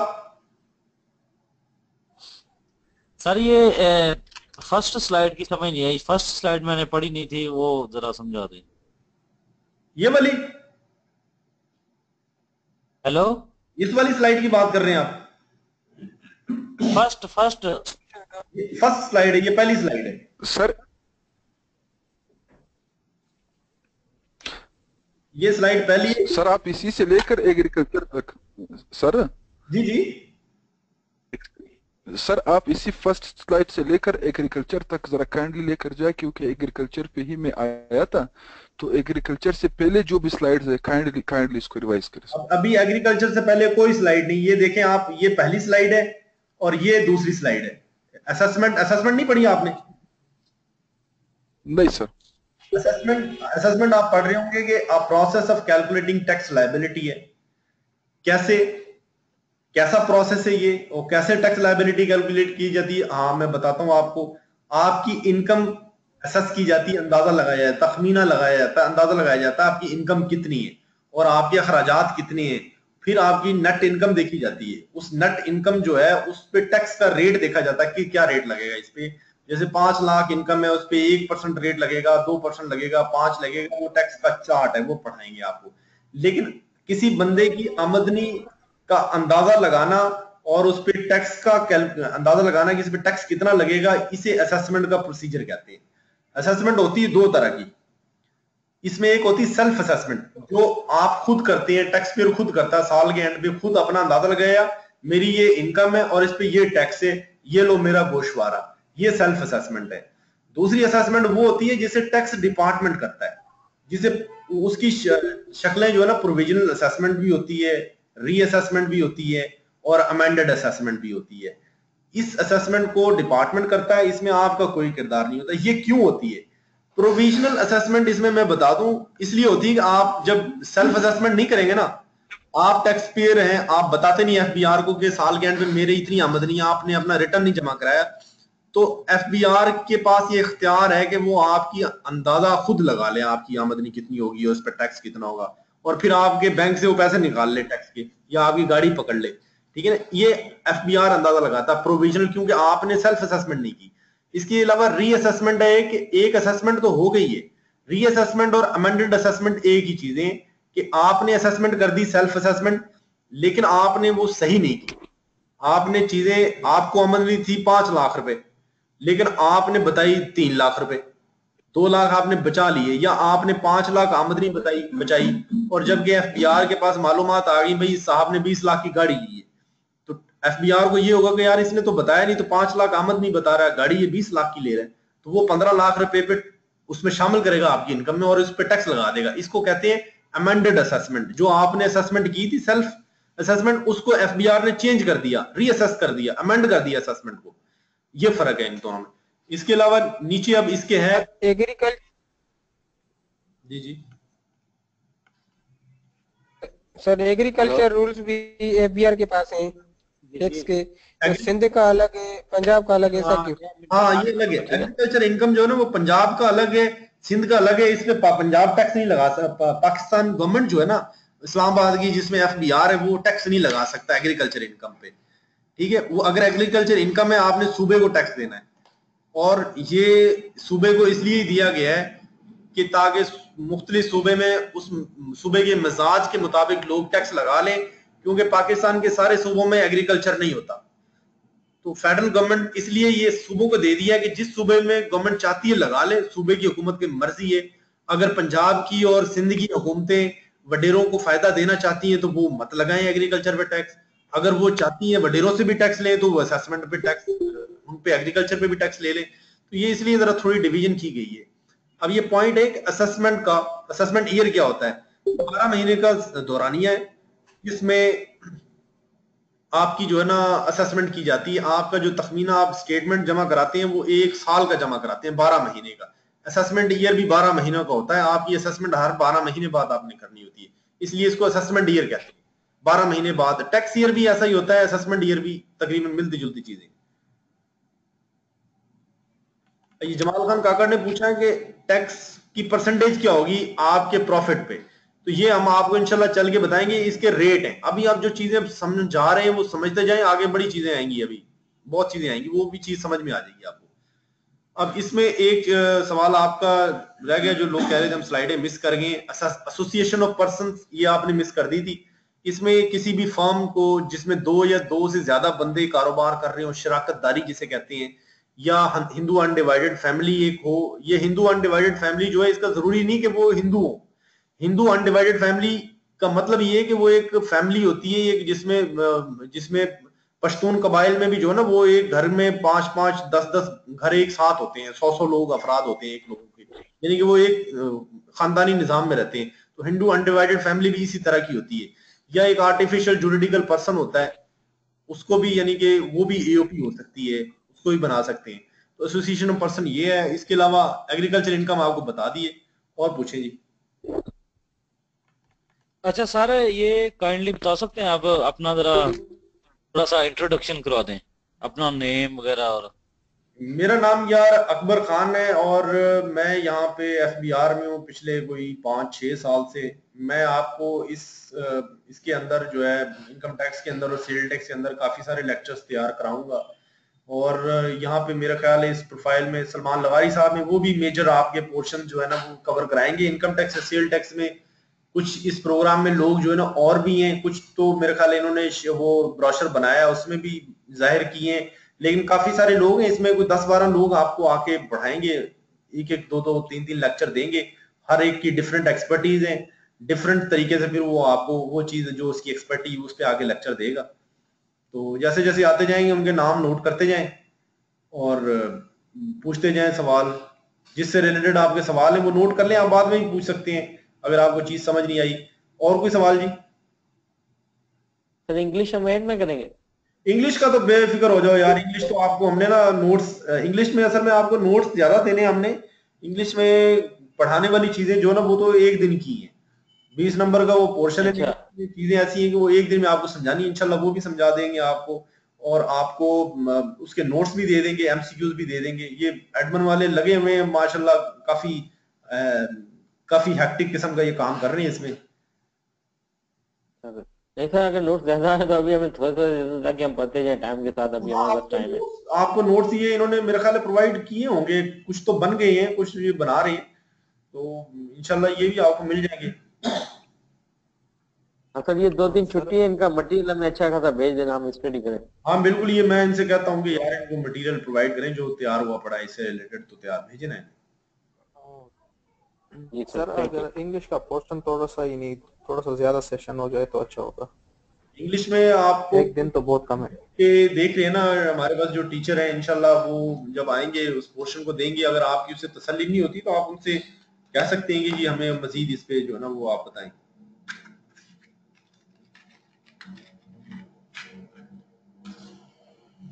सर ये इंस्पेक्टर इनलैंड रेवेन्यू की सैलरी स्टार्टिंग कितनी होती है? यार ये 40 से ज्यादा ही होती है इसकी सैलरी, मेरा ख्याल तो 40 से ज्यादा होती है जब आप नए आते हैं, और जब आप पुराने हो जाते हैं तो पुरानों की तो लाख लाख रुपए भी है, लेकिन आप नए बंदे को 40 से ज्यादा मिलती है, मेरा शायद 45,000 तक हो। ये पंजाब गवर्नमेंट के 17 ग्रेड के बराबर इसकी सैलरी है, क्योंकि डबल तनख्वाह है ना इसकी। असिस्टेंट कमिश्नर की कितनी आती है? असिस्टेंट कमिश्नर की कोई होती है शायद 75,000 के करीब होती है। नहीं थोड़ी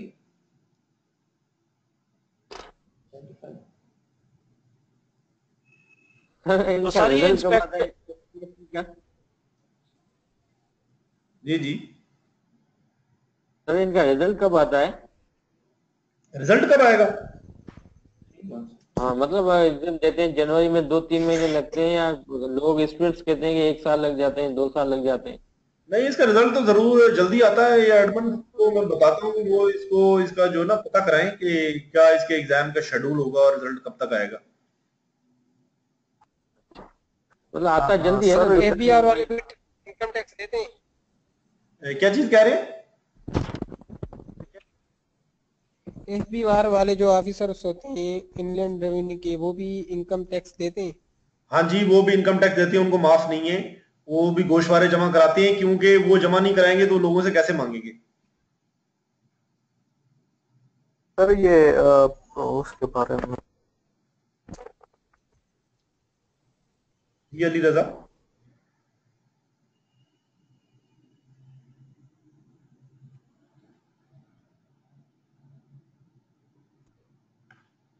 सर मैं पूछ रहा था कि इसके बाद ये रिटन टेस्ट के बाद इंटरव्यू प्रिपरेशन के लिए भी कुछ इस तरह सेशन आप लोग अरेंज करोगे कि नहीं? हाँ, ये इंटरव्यू के लिए मुझे बता रहे थे ये एडमिन, इन्होंने किया हुआ प्लान, बल्कि इन्होंने अच्छा प्लान किया हुआ आप लोगों से। जो लोग इंटरव्यू रिटर्न स्क्रीनिंग पास करेंगे उनको ये इंटरव्यू जो है ना फ्री ऑफ कॉस्ट ऑफर कर रहे हैं पैकेज, जिसमें आपके जो शहर है उसमें ही आपको तैयारी कराएंगे, उसमें ही यानी कि आपकी हेल्प के लिए ये इनके लोग मौजूद होंगे जो आपको 1-2 दिन का जो बताएंगे कि क्या चीज आपने करनी है। और ये इजी है, यहाँ से भी बता देंगे ये जो प्लेटफॉर्म है इंटरव्यू कैसे करना है, वो तमाम लोग बेफिक्र रहें, अच्छी तैयारी करें, मेहनत करें आप, बल्कि मेहनत जो है ना वो बहुत जरूरी है। कमिटमेंट, आप जो इरादा कर ले ना इंसान जिस चीज का, वो इंसान उस चीज को हासिल कर लेता है। तो आप इरादा करें, ये आप उसको कर लेंगे। ये इंसान के आगे कोई चीज कुछ भी नहीं है भाई, इंसान जो फैसला कर लेना, क्या नहीं बना दिया इंसान ने। आज देखे ना, इंसान ने ऐसी ऐसी इजादें कर दी हैं कि जो सोची भी नहीं जा सकती। अच्छा, एक मुझे एडमिन का मैसेज आया है कि अगर आपके कोई दोस्त अहबाब जो हैं वो इसमें पार्टिसिपेशन करना चाह रहे हो तो उनको बताएं, अभी एक लेक्चर हुआ है, वो इसमें हिस्सा कर सकते हैं। अपना फीडबैक एडमिन साहब कह रहे हैं कि जरूर शेयर करें, पेज पे शेयर करें और बताएं अगर कोई चीज आपको किसी प्रेजेंटर की समझ नहीं आ रही, वो प्रेजेंटर भी बदला जा सकता है, मजीद चीजें वाजे की जा सकती हैं अच्छे अंदाज में, तमाम आपके इशूज।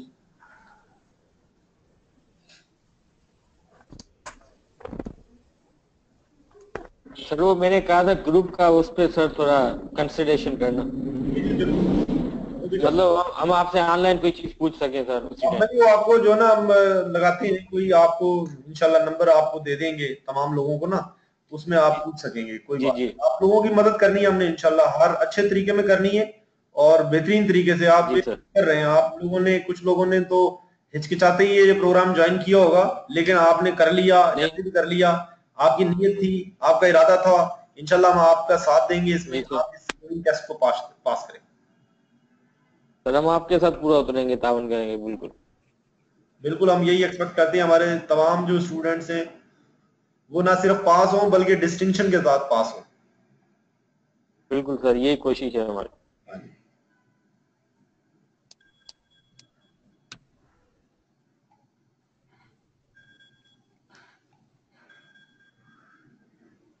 टाइम खत्म हो रहा है, तो इंशाल्लाह जो है हम हाजिर होंगे जल्द मंडे को।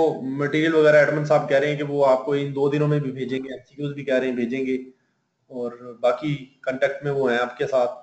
फीडबैक अपना जरूर शेयर करें। अगर हाँ, एक और मुझे मैसेज बताया जी एडमिन साहब ने, वो ये कह रहे हैं कि अगर किसी को ये लेक्चर पसंद नहीं आया, समझ नहीं आया, तो फुल रिफंड है आज के लेक्चर में। आज के लेक्चर के बाद आपको फुल रिफंड कर सकते हैं, फीस फुल रिफंड। इसके बाद वो कह रहे हैं जी कोई रिफंड नहीं होगा आगे फर्दर। हम जो है ना, ये भी एक गुड जेस्चर के तौर पे।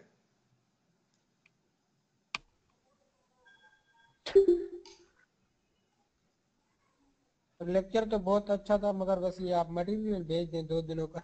हाँ जी, मटेरियल आपके पास आ जाएगा इंशाल्लाह। तमाम लोग तसल्ली करें। अब हम जो है आपको गुड बाय बोलते हैं, मिलेंगे इंशाल्लाह मंडे को। मैं होऊंगा या कोई और प्रेजेंटर होंगे, नया टॉपिक होगा, नई चीजें होंगी इंशाल्लाह। आप भी तैयार रहें। Thank you, thank you all of you. Thank you sir. Have good weekend. Thank you sir. Thank you sir. Thank you. We are fully confident to you.